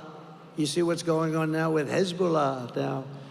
You're going to end up in a world war. You're going to end up in a third world war pretty soon with this guy. Between Ukraine and Russia and the stupidity with... I will get that negotiated and ended before I ever take office. I'll do it after the election as president-elect. In addition to her atrocious record on border security, Kamala Harris would also obliterate Pennsylvania's economy. You know about that. She's against fracking. She's against oil drilling. She wants everybody to have one electric car and share it with the neighbors. Harris has stated repeatedly that she supports, quote, banning fracking. I ban fracking. I will ban it on my first day. Now she's denying it. Remember, a politician always goes back to what their original thought was, right? And she co-sponsored the $100 trillion Green New scam designed to abolish the oil, coal, and natural gas industries entirely. We have more liquid gold under our feet than Saudi Arabia, than Russia by far. And under me, we took it from 4th place and 3rd place. We took it to 1st place by a lot. We were energy independent, soon to be energy dominant. We were going to make so much money. We were going to pay off debt and reduce your taxes still further. Now, you can't do anything with these lunatics. Under a Harris presidency, 423,000 Pennsylvania jobs are linked to fracking. They'd all be demolished. She's against fracking. She's not going to allow you to frack. She's not going to allow you to frack. And the only reason they're allowing it now, you know, they cut it way back. That's what caused the inflation. And then he opened it up again back to the Trump days. He opened it up to the same because it's similar, because he wanted to try and get reelected. They didn't know his party was going to overthrow him. It was a coup. This was a coup of a president. He will be famous. He will be more famous for the coup than the bad job he's done, okay? But this was a coup of the President of the United States. This was like a South American, you know, you read about South America, every week they have a coup. And they also do the attacks on political opponents, by the way. Your economy would take a $41 billion hit. This is Pennsylvania. Gutting billions of dollars from your state and local budgets, slashing funding for your schools and police forces, and plunging Pennsylvania into severe economic depression. Enjoy it. Look, if they get in, your state is screwed. Your state is, you guys are screwed. Good luck, everybody. Have fun in Congress, Mike. But I will never let that happen. But you don't need to take my word for it alone. Kamala's anti-American energy crusade. Let's just listen to her. Now, she's a totally, oh, no, I love fracking. Let's just see what her video says. She had it taped just a little while ago. Let's go. Will you commit to implementing a federal ban on fracking your first day in office, adding the United States to the list of countries who have banned this devastating practice? There's no question I'm in favor of banning fracking. Okay? If I said that, nobody would believe it. So, and that's where she is. She's a radical left person who destroyed San Francisco, and she'll destroy the country just like she did California and San Francisco. She was the leader of that pack that destroyed San Francisco. It's not only Gavin Newsom. Gavin Newsom, he's another beauty. Oh, we're doing great in the state. Everyone's leaving. We're doing great. The state's doing wonderfully. They do have wonderful weather, and it's a beautiful place, but it's overridden with crime. He's doing such a terrible job. He's a con man. You know, I watched him on the great Sean Hannity show, and he was saying, like, no, the state's never done better, never done. It's all a fake. It's all lies. The state is a disaster. They're moving to Texas, Florida, Tennessee. They're moving to a lot of North Carolina, South Carolina.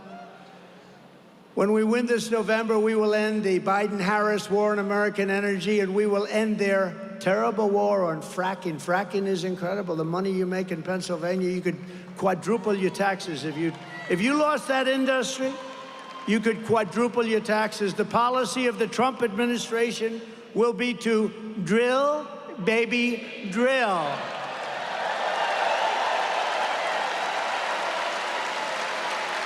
Right?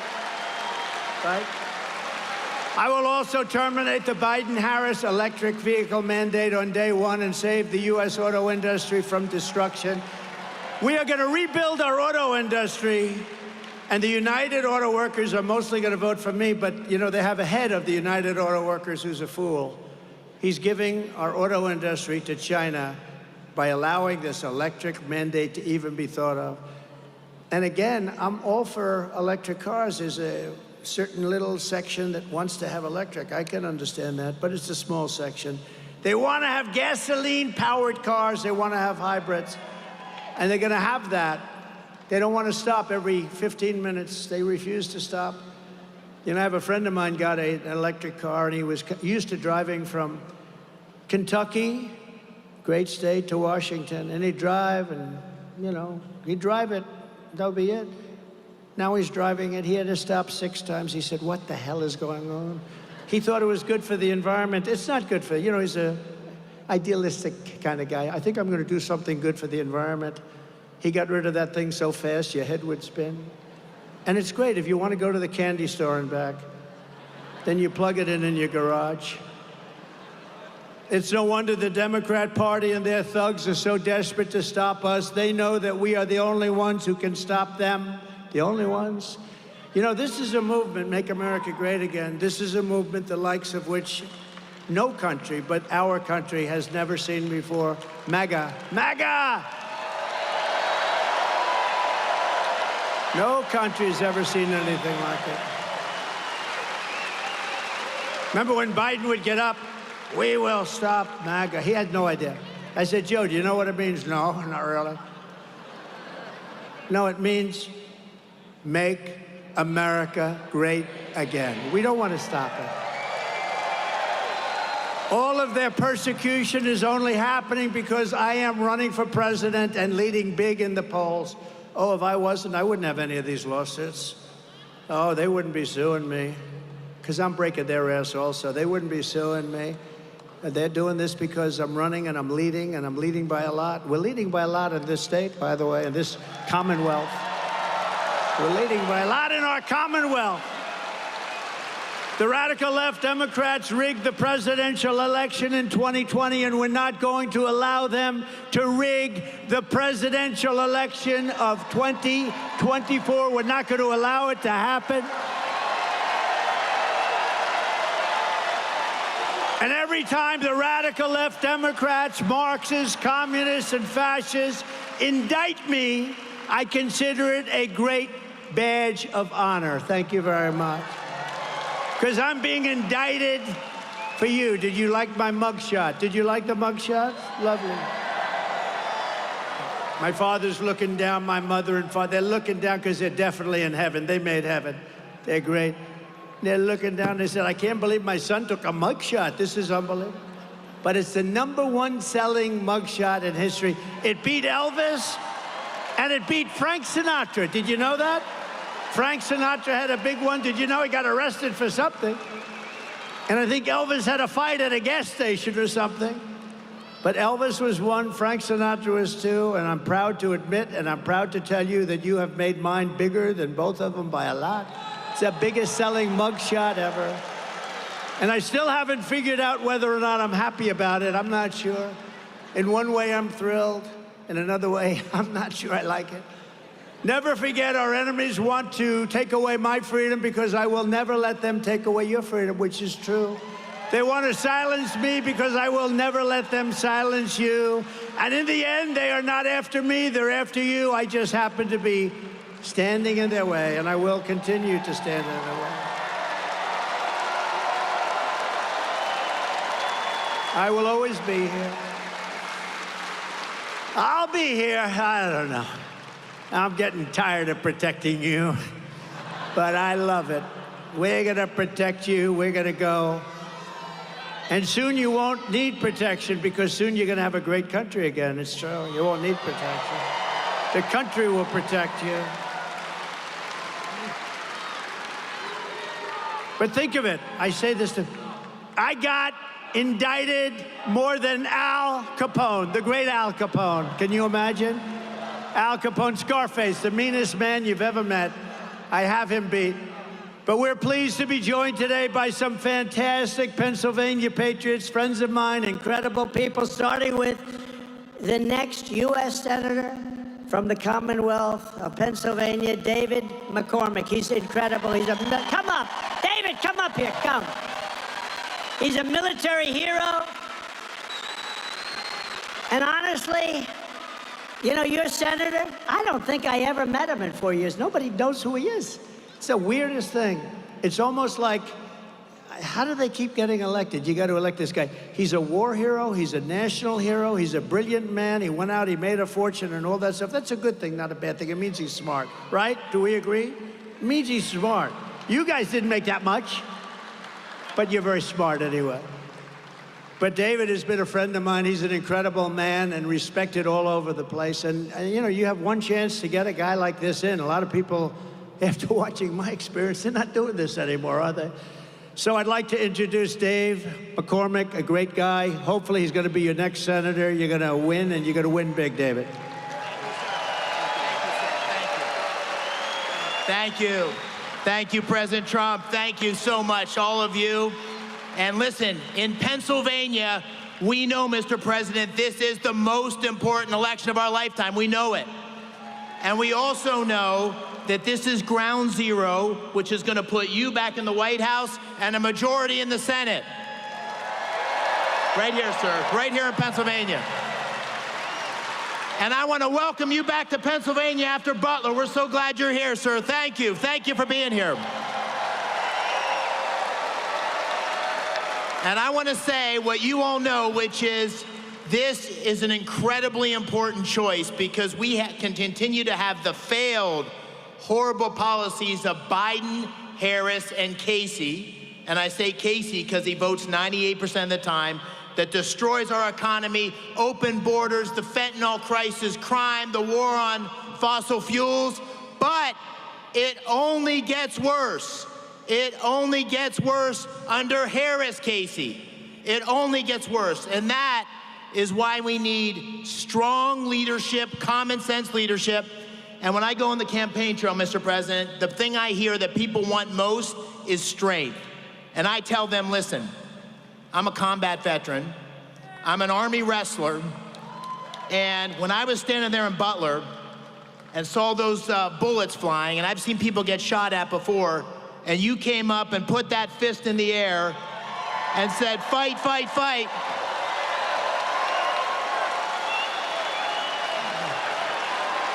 I said to everybody, that's strength.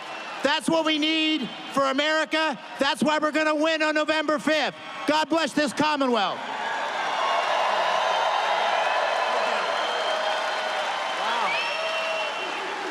Wow. That's great. You know, David, it is true. David was in Butler, and he was sitting exactly there. And you know, Corey was sitting right behind him. Can you imagine? Corey was killed. He was sitting right behind David. And David didn't flinch. He didn't move. I mean, some people moved. Actually, I think it was really known that when bullets are fired in a stadium, everyone really gets moving fast. They call it a stampede. Nobody moved. You looked at the people behind me, right? Everyone's seen those people. Those people have become legendary. That was just a small group. The main tens of thousands of people around here, you couldn't even see the end. Nobody ran. Nobody moved. They knew I was in trouble. They said, he's in trouble. If you went to a soccer stadium where you'll have a bullet go off, one bullet, the whole place runs for the exits. Nobody ran. And how about the man behind me with the black outfit and the green floppy hat? He's like this. David, did you see him? He's right there. He's standing. He's looking, right? Where? Get up here. Is that him? Yeah, that's... Wow. That's great, huh? Well, you can be in a foxhole with me anytime, man. Wow. Thank you. That's great. That was a hell of a day, huh? But there were a number of them back there that were just brave. Everybody. There was nobody that fled. I think nobody fled, right? They were brave people, and they were looking, and they were pointing. They saw it. They were pointing. It was incredible. And one of these crowd control people that came in afterwards said they've never seen it where bullets are fired. And I'll tell you something. David was standing and sitting right, literally, the bullets were going over your head. They were going over my head, too, the second group. But you weren't a flincher either, were you? You weren't. And Corey, right alongside of you, right behind him. And you got to vote for this man. He's a hero, and he's a great gentleman. He'll be a great senator. And it's time for a change. Time for a change. I mean that. A vote for Dave McCormick is a vote to seal our border, stop migrant crime, defeat inflation, bring down prices, and defend Pennsylvania energy. You have to defend your energy. They will not allow fracking. If they got in, her first move will be to end fracking all throughout the United States. Dave is running against truly not a good member. I don't like to be disrespectful. He's been there a long time, but Bob Casey is a stiff. He's a stiff. Nobody knows who the hell he is. I don't think I've ever gone to a meeting where he's been in the meeting, Mike. Mike has been in the meeting. Dan has been in the meeting. Scott is at too many meetings, right? No, I don't think I've ever been to a meeting where Casey's even been there. And I've been to a lot of meetings with a lot of senators, but, you know, he just sort of goes along year after year. His father was there, he's there. We want to have a great warrior. Dave, good luck. Good luck. Thank you, Dave. Vote for him. We're pleased to be joined today by some really fantastic people, some, I would say, truly great warriors. And if you could, maybe Congress people, just stand up, right? Just stand up. Scott Perry, Mike Kelly, G.T. Thompson, G.T., hi. Dan Muser, Lloyd Smucker. These are unbelievable warriors. These are great fighters. And if you can add David, it's going to be an unbeatable combination. Pennsylvania Treasurer, thank you very much, fellas. You've done a great job. You've done a great job. Pennsylvania Treasurer Stacey Garrity. Lancaster County Commissioner Josh Parsons. Great job, Josh. Jim Worthington, who's a fantastic man. Thank you. Thank you, Jim. Nice to see you. And two people that are amazing, very talented, very incredible people. One is a spokesman for the lawyer, by the way, but a great spokesman, truly committed to make America great, and me, but truly committed to make America great, which is more important than me, more important. I mean, it's just something special. She has been an incredible person going around and letting people know how important our country is, how we love our country. Alina Habba. Alina, stand up, Alina. I didn't know she was going to be here today.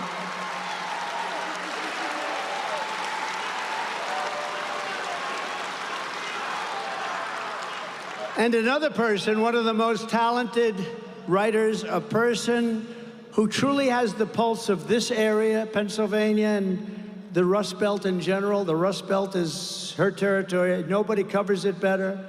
Salina Zito. Salina, where are you, Salina? Where are you? Thank you.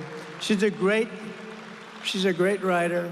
We're also joined by Tiffany Hall, a single mother of four from Columbia, Pennsylvania, who wants to tell us firsthand what the Biden-Harris inflation nightmare has done to her family. It's destroyed her family. Tiffany, please come up, please. Thank you.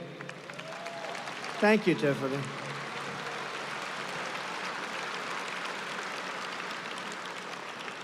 This is happening all over America because of inflation, by the way. Thanks, Tiffany.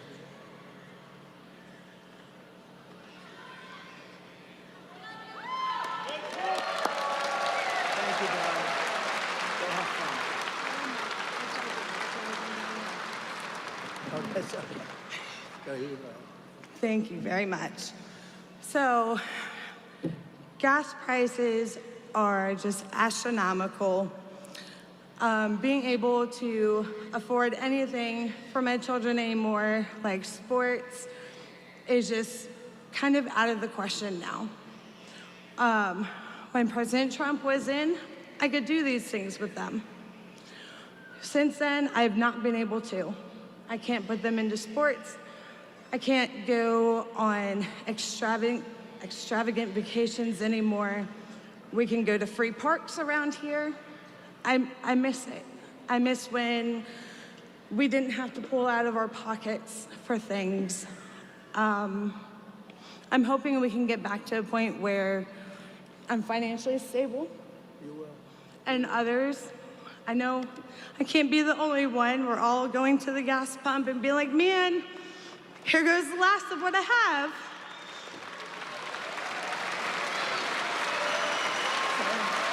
I know.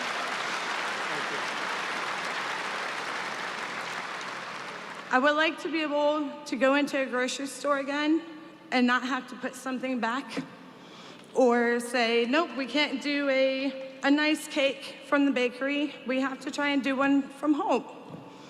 So I really hope and pray that we can make America great again and get you back in office.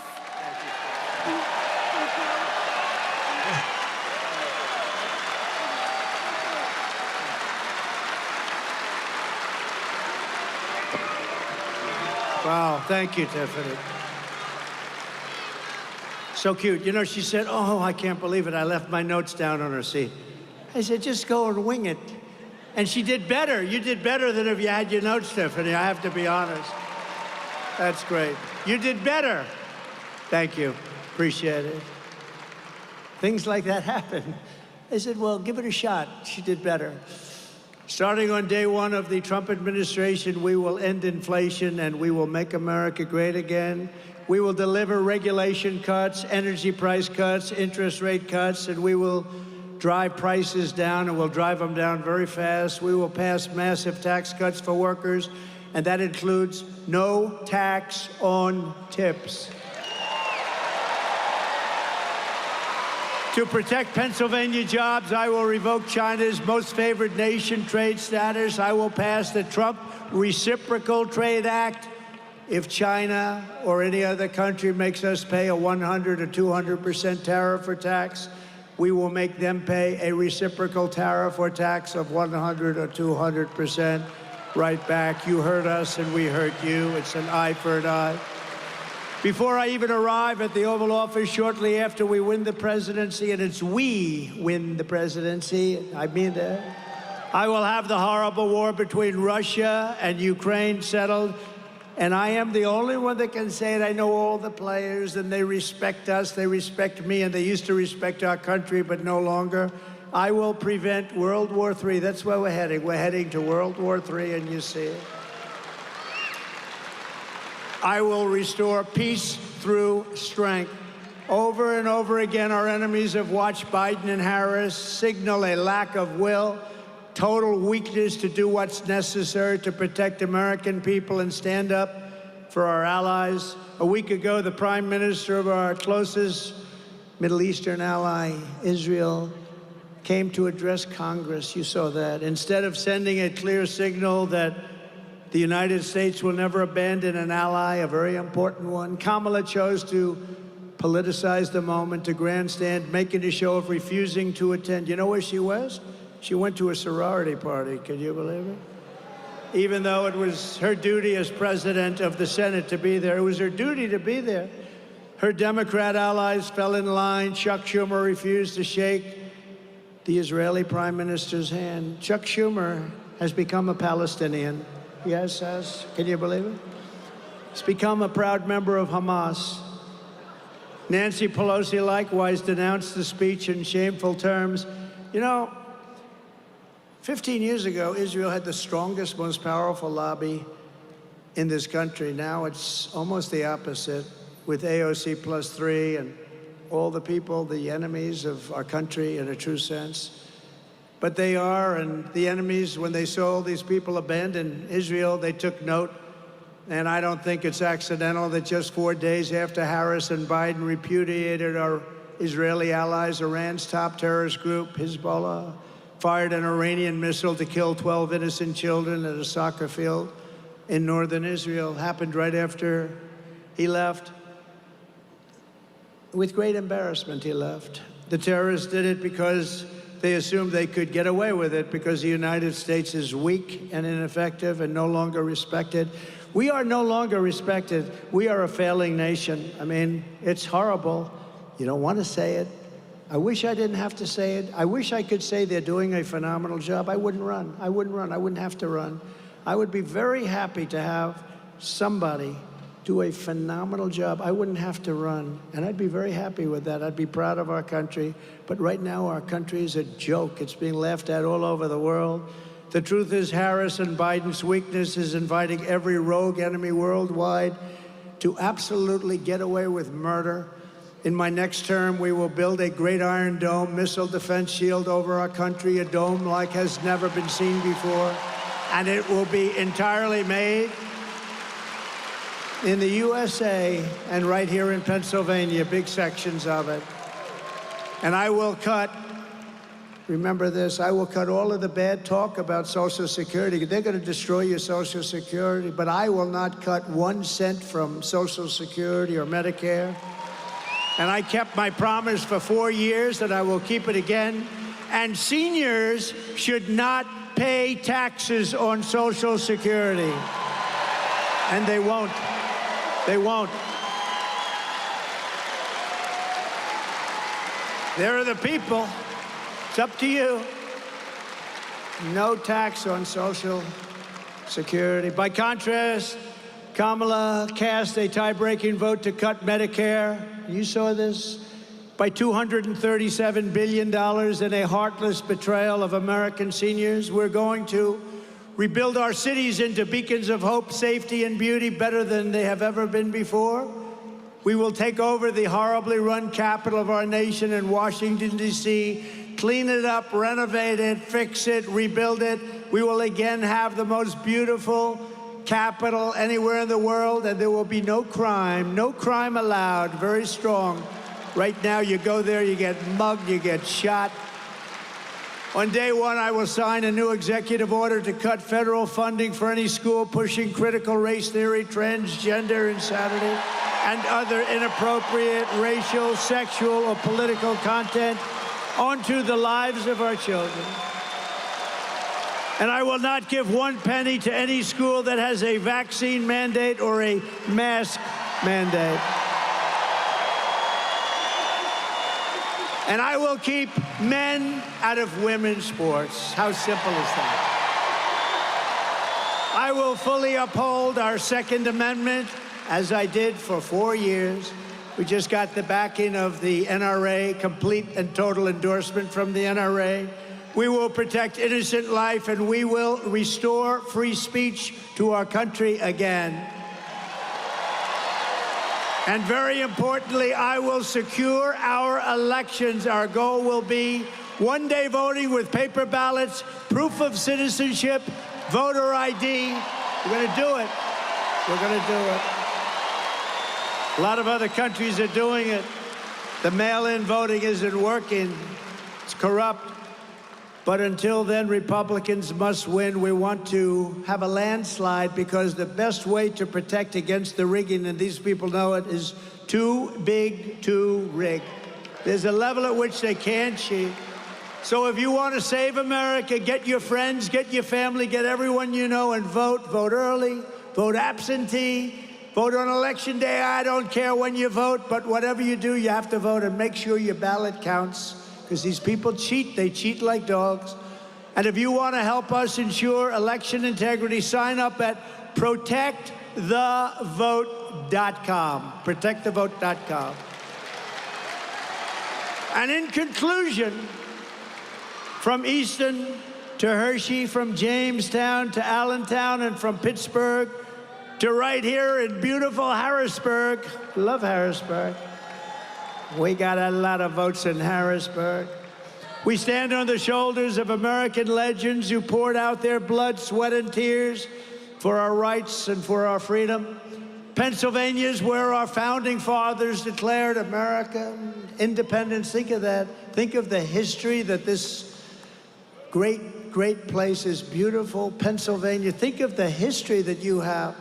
It's where the Army weathered its brutal winter at Valley Forge, where General George Washington would never taken his name off any buildings they'd like to. When they want to take Washington, Lincoln, and Jefferson off, it ain't gonna happen. But it will happen under her. George Washington led his men on a daring mission across the Delaware, and where the Union was saved by the immortal heroes at Gettysburg. Gettysburg, wow. Gettysburg. And this is the state where generations of tough, strong Pennsylvania miners and steelworkers forged the greatest nation in the history of the world. But now, we are a nation in serious decline. We are a failing nation. We are a nation that has lost its confidence, lost its willpower, and lost its strength. We are a nation that has lost, quite simply, its way. But we are not going to allow this horror to continue. Less than 4 years ago, we were a great nation, and we will soon be a great nation again. Soon be. With our leadership, every disaster Joe Biden and Kamala Harris have created can be fixed and be quick, very quickly. We're going to do it so quickly. Remember, I used to tell the story, we're going to win, win, win, right? We're going to win so much, you're going to get tired of winning. We're going to win. We're going to start winning. Please, please, Mr. President, we're winning too much. We can't take it anymore. We're going to win, win, win. Every problem can be solved and every wrong can be rectified. By this time next year, America's borders will be strong, sealed, and secure. Inflation will be a full thing of the past. It will be in full retreat. Our economy will be roaring back. Optimism will be surging. The American dream will be thriving again for citizens of every race, religion, color, and creed. Law and justice will reign all throughout our land. Freedom will be restored. The flame of liberty will be burning bright.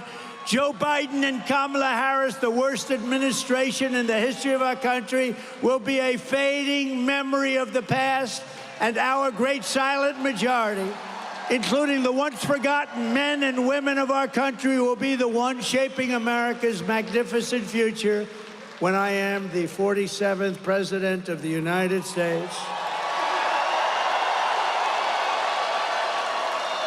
Because we are all Americans, and together we will show November 5th to be the most important day in the history of our country. We are one movement, one people, one family, and one glorious nation under God. And together we will make America powerful again. Make America wealthy again. Make America strong again. Make America proud again. Make America safe again. Make America free again. And we will make America great again. Thank you, Pennsylvania. God bless you. God bless you. Out to everybody watching the live show. This is for the Democrats. The next video is going to be Kamala. You know what time it is. She had a rally today. Let's go ahead and watch Kamala. Stay tuned, lock in, smash the like button, subscribe to the channel. I see you, Corey B. I see you, Felix. I see you, Ange Michelle. I see you, Nobody. I see you, Dixon. I see you, Chris V. I see you, Ovin Nini Cole. I see you, Kane Clips, aka 47. That girl. Antonize, Dana Ament. Polioni, Stallioni, DD, Bill Cabbies, Big Mamo, Man Flips, my boy.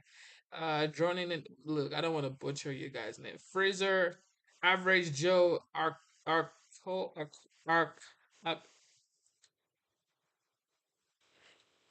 Kamala next, baby.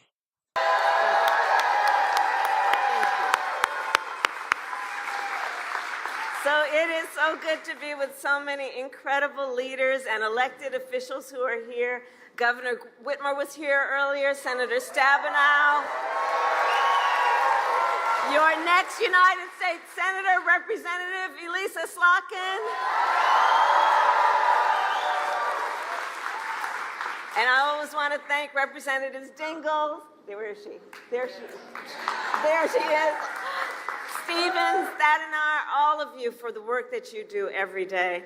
And to all the labor leaders who are here, I thank you all for your extraordinary work. Don't we love Labor Day? We love Labor Day. It's always been that way, right? The way we celebrate Labor Day is we know that hard work is good work. We know that when we organize, when we bring everyone together, it's a joyful moment where we are committed to doing the hard work of lifting up America's families. And I want to thank everyone here for that work and the way you do it every day, including General President Booker of the Laborers, President Fain of UAW, President Pringle of NEA, President Slevin of the Utility Workers, and President Weingarten of the AFT.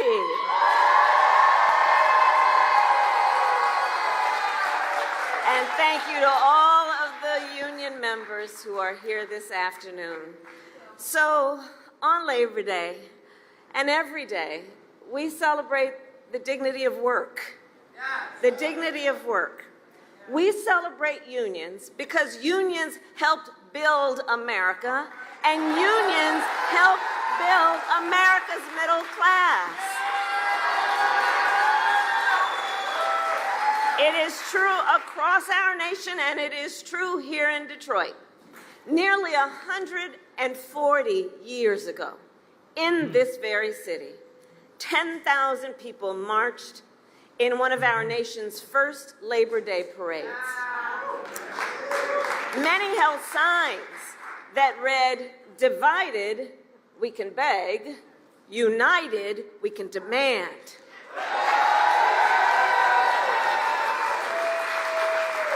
For generations in Detroit and across our nation, the brothers and sisters of labor have stood together to righteously demand fair pay, better benefits, and safe working conditions.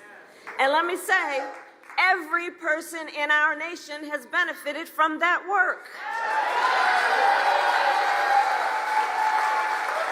Everywhere I go, I tell people, look, you may not be a union member, you better thank a union member for the 5-day work week. You better thank a union member for sick leave. You better thank a union member for paid leave. You better thank a union member for vacation time.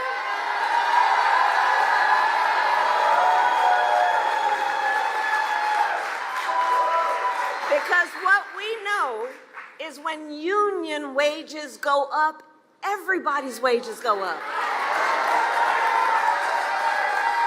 When union workplaces are safer, every workplace is safer. When unions are strong, America is strong. We know what we're talking about. The labor movement has always understood the power of the collective and the power of unity. The power of unity. And while we are fighting so much nonsense that is about trying to divide our country, trying to pull us apart, look to what the history and the present of labor tells us about the power of the collective and unity. The spirit of that work, as much as the product of that work, is very telling and gives us really good lessons about what creates strength. And you know, many of you know my parents met while they were active in the civil rights movement. So when I was young, my parents, I see some young leaders here today. When I was young, my parents would take me to the meetings. I see our young leaders. And take me to the marches. I was in a stroller.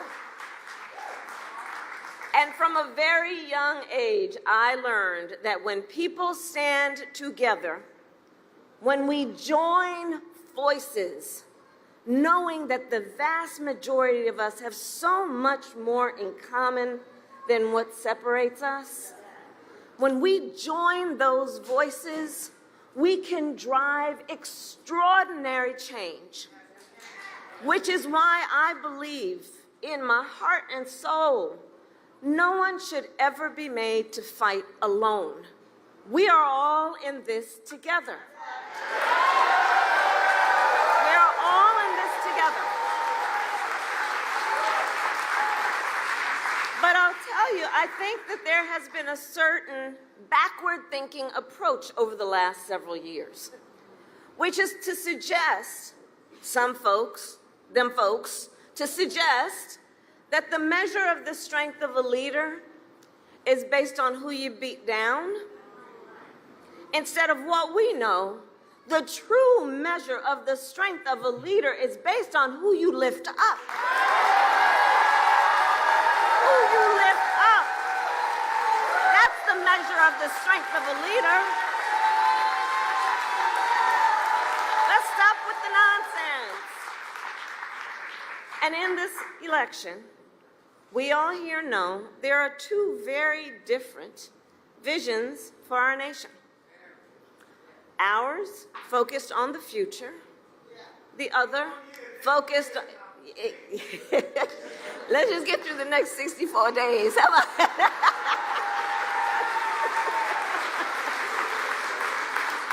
And ours, yes, my dear brother, is focused on the future, and theirs is focused on the past. And we fight for the future. We fight for a future where all people receive dignity and respect and opportunity, for not just for some, but for all. That's what we are fighting for. And so we are 64 days out from the election day, and in Michigan, mail-in absentee voting starts in 24 days. 24 days. So this election and our fight is a fight for the promise of America. A promise. I love you back. And ours is a fight for the promise of America, a promise of freedom, of opportunity, and justice, not just for some, but for all. But what we know is as we fight to move our nation forward, Donald Trump intends to pull us back to the past. But we're not going back. We are not going back. We're not going back.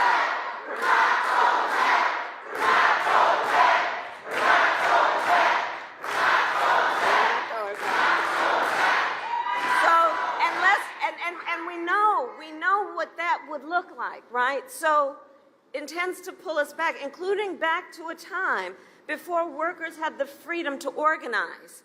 As president, we will always remember Donald Trump blocked overtime benefits from millions of workers. Tyrese talked a bit about this and opposed efforts to raise the minimum wage. He appointed union busters to the National Labor Relations Board, and he supported so-called right-to-work laws. And if...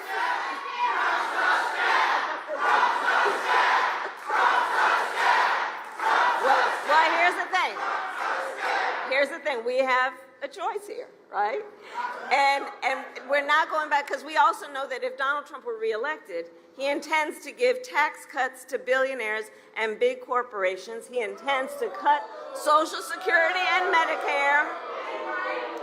He wants to impose what in effect is a national sales tax on everyday products and basic necessities that will cost, and economists have said this, that will cost a typical American family almost $4,000 a year. He wants to repeal the Affordable Care Act and take us back to a time in our country which most of us remember, when insurance companies, you remember, had the power to deny people coverage based on a pre-existing condition. Remember that? Deny people, children who had asthma, a survivor of breast cancer, a grandparent with diabetes. Look, America has tried those failed policies before, and they are failed policies. And we are not going back. We are not going back. We are not going back. And instead... Oh, God. This all capped, bro. She capped. Bro, when was pre-existing conditions ever stopped from getting treatment, bro? Oh, yeah, this is straight cap, bro. And instead, we fight for a future where no person has to go broke just because they got sick. And so, when I am president, we will continue to strengthen the Affordable Care Act. We will bring down the cost of prescription drugs, not only for some, but for all Americans. We fight for a future where every worker has the freedom to organize. And so when I am president, we will pass the PRO Act and end union busting once and for all.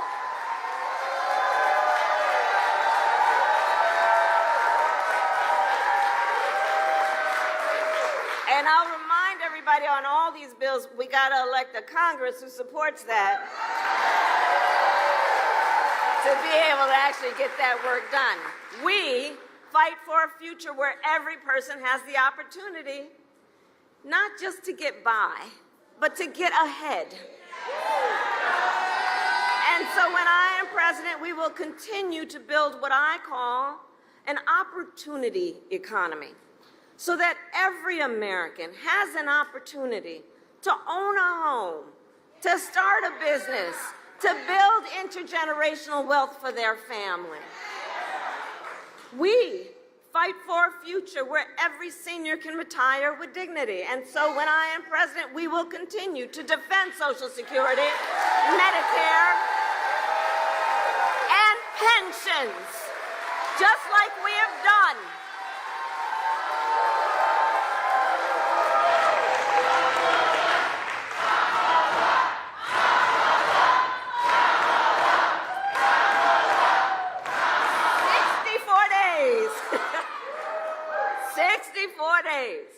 The most important election of our lives, and probably one of the most important in the life of our nation.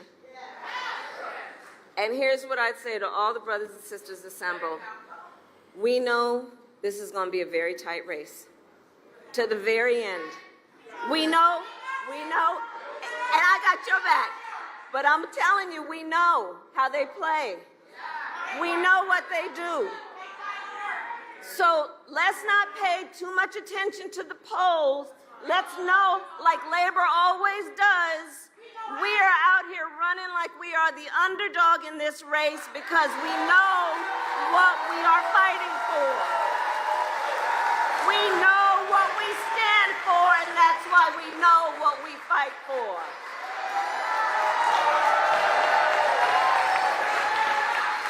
And we got some hard work ahead of us, but again, we all like hard work because hard work is good work. And to do that hard work, I'm going to count on everyone here, all the leaders here, for your work, for your organizing, knocking on doors, and getting folks to the polls. Because put bluntly, Michigan, y'all know how to win. You know how to win. You know how to win. So today I ask Detroit, Michigan, are you ready to have your voices heard? Do we believe in freedom? Do we believe in opportunity? Do we believe in the promise of America? And are we ready to fight for it? And when we fight, we win. God bless you.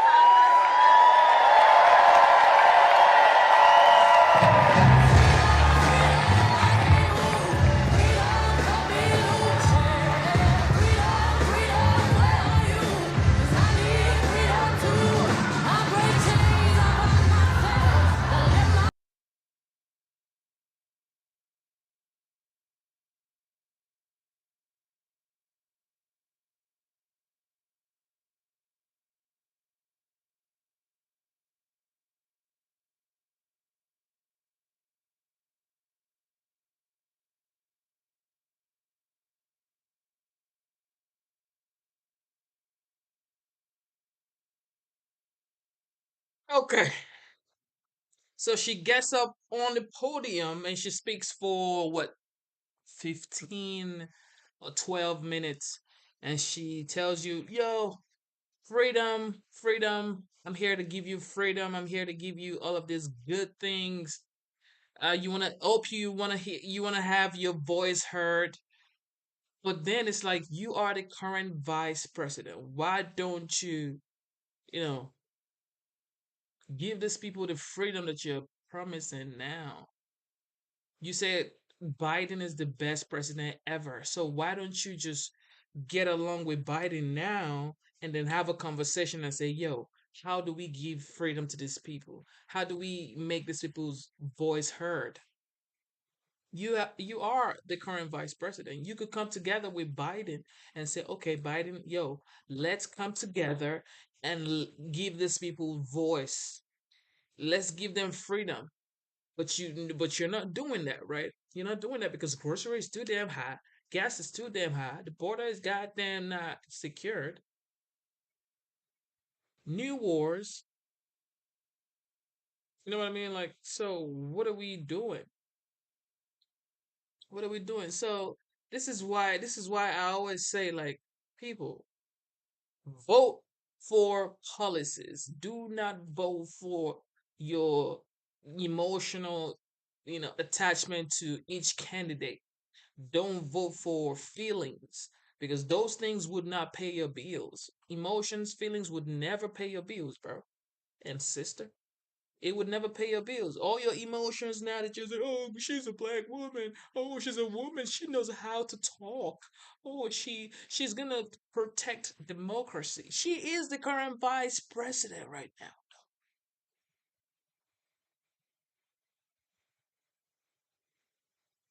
You know what I mean? Like, what are we doing? Like, look at your gas prices, look at your grocery prices, look at the mortgage rate. Don't you want to buy a house? The mortgage rate now is like 6, 7, 8%. Depends on your credit.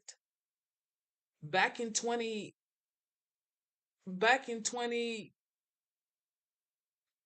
back, Netflix said, look at the red shirt. I'm not even gonna look at the red shirt. I mean, like back in 2019, 2020, the mortgage rate was 2.8%.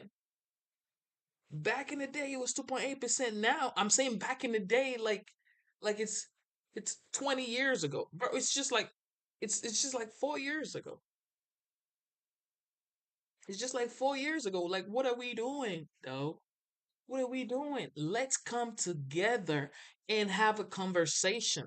Okay, what is her performance with Biden? What is the performance rate like? What have you done? Give us a list of what you've done because we're not really seeing anything. Why is the gas prices so high? Why do we have to send billions of munitions to other countries to fund, a dispute that could be settled, with a phone call, according to OG Trump, you know? Like, don't even think of going to the goddamn dealership say you want to buy a car. Don't even try it because if you do try it, huh, I don't know. I don't I don't know what you're doing if you go to the car dealership to buy a car in 2024, bro. I'm sorry for you, bro. I'm just sorry for you because the interest rate on the loan is just unbelievable. If you have credit card debt, because I do have credit card debt, I have credit card debt, and I'm not proud of my credit card debt, but I gotta do what I gotta do. The interest rate on the credit card debt is just wild. It's wild. Don't even think of, like, the interest rate is crazy, mortgage rate is crazy, inflation is crazy, border wild, grocery is wild. You feel me? So, just for YouTube's purposes, everything I'm saying for entertainment, okay? Because this is strictly for entertainment. Whoever is watching, this is strictly for entertainment before they say, oh, he's hurting me with his content. He's hurting me with his content because that's what YouTube says. I'm hurting you guys with my content. I don't want to hurt you with my content, okay? Nobody, I'm about to block you because when you say debate me, I don't have time to be debating you, bro. Go debate your Kamala. Anybody saying debate me, like, no, you think so? What is my debate with you going to cause? What is you think you want to change my mind, or what? Like what is the debate gonna be about? What is the debate gonna be about? Like me and you debating right now. What is it gonna do? Is our debate going to bring down the grocery prices? Is our debate going to bring down inflation? Bro, I have a family, bro. What is the debate between you and I going to do for the economy, for the people in Ukraine, for the border?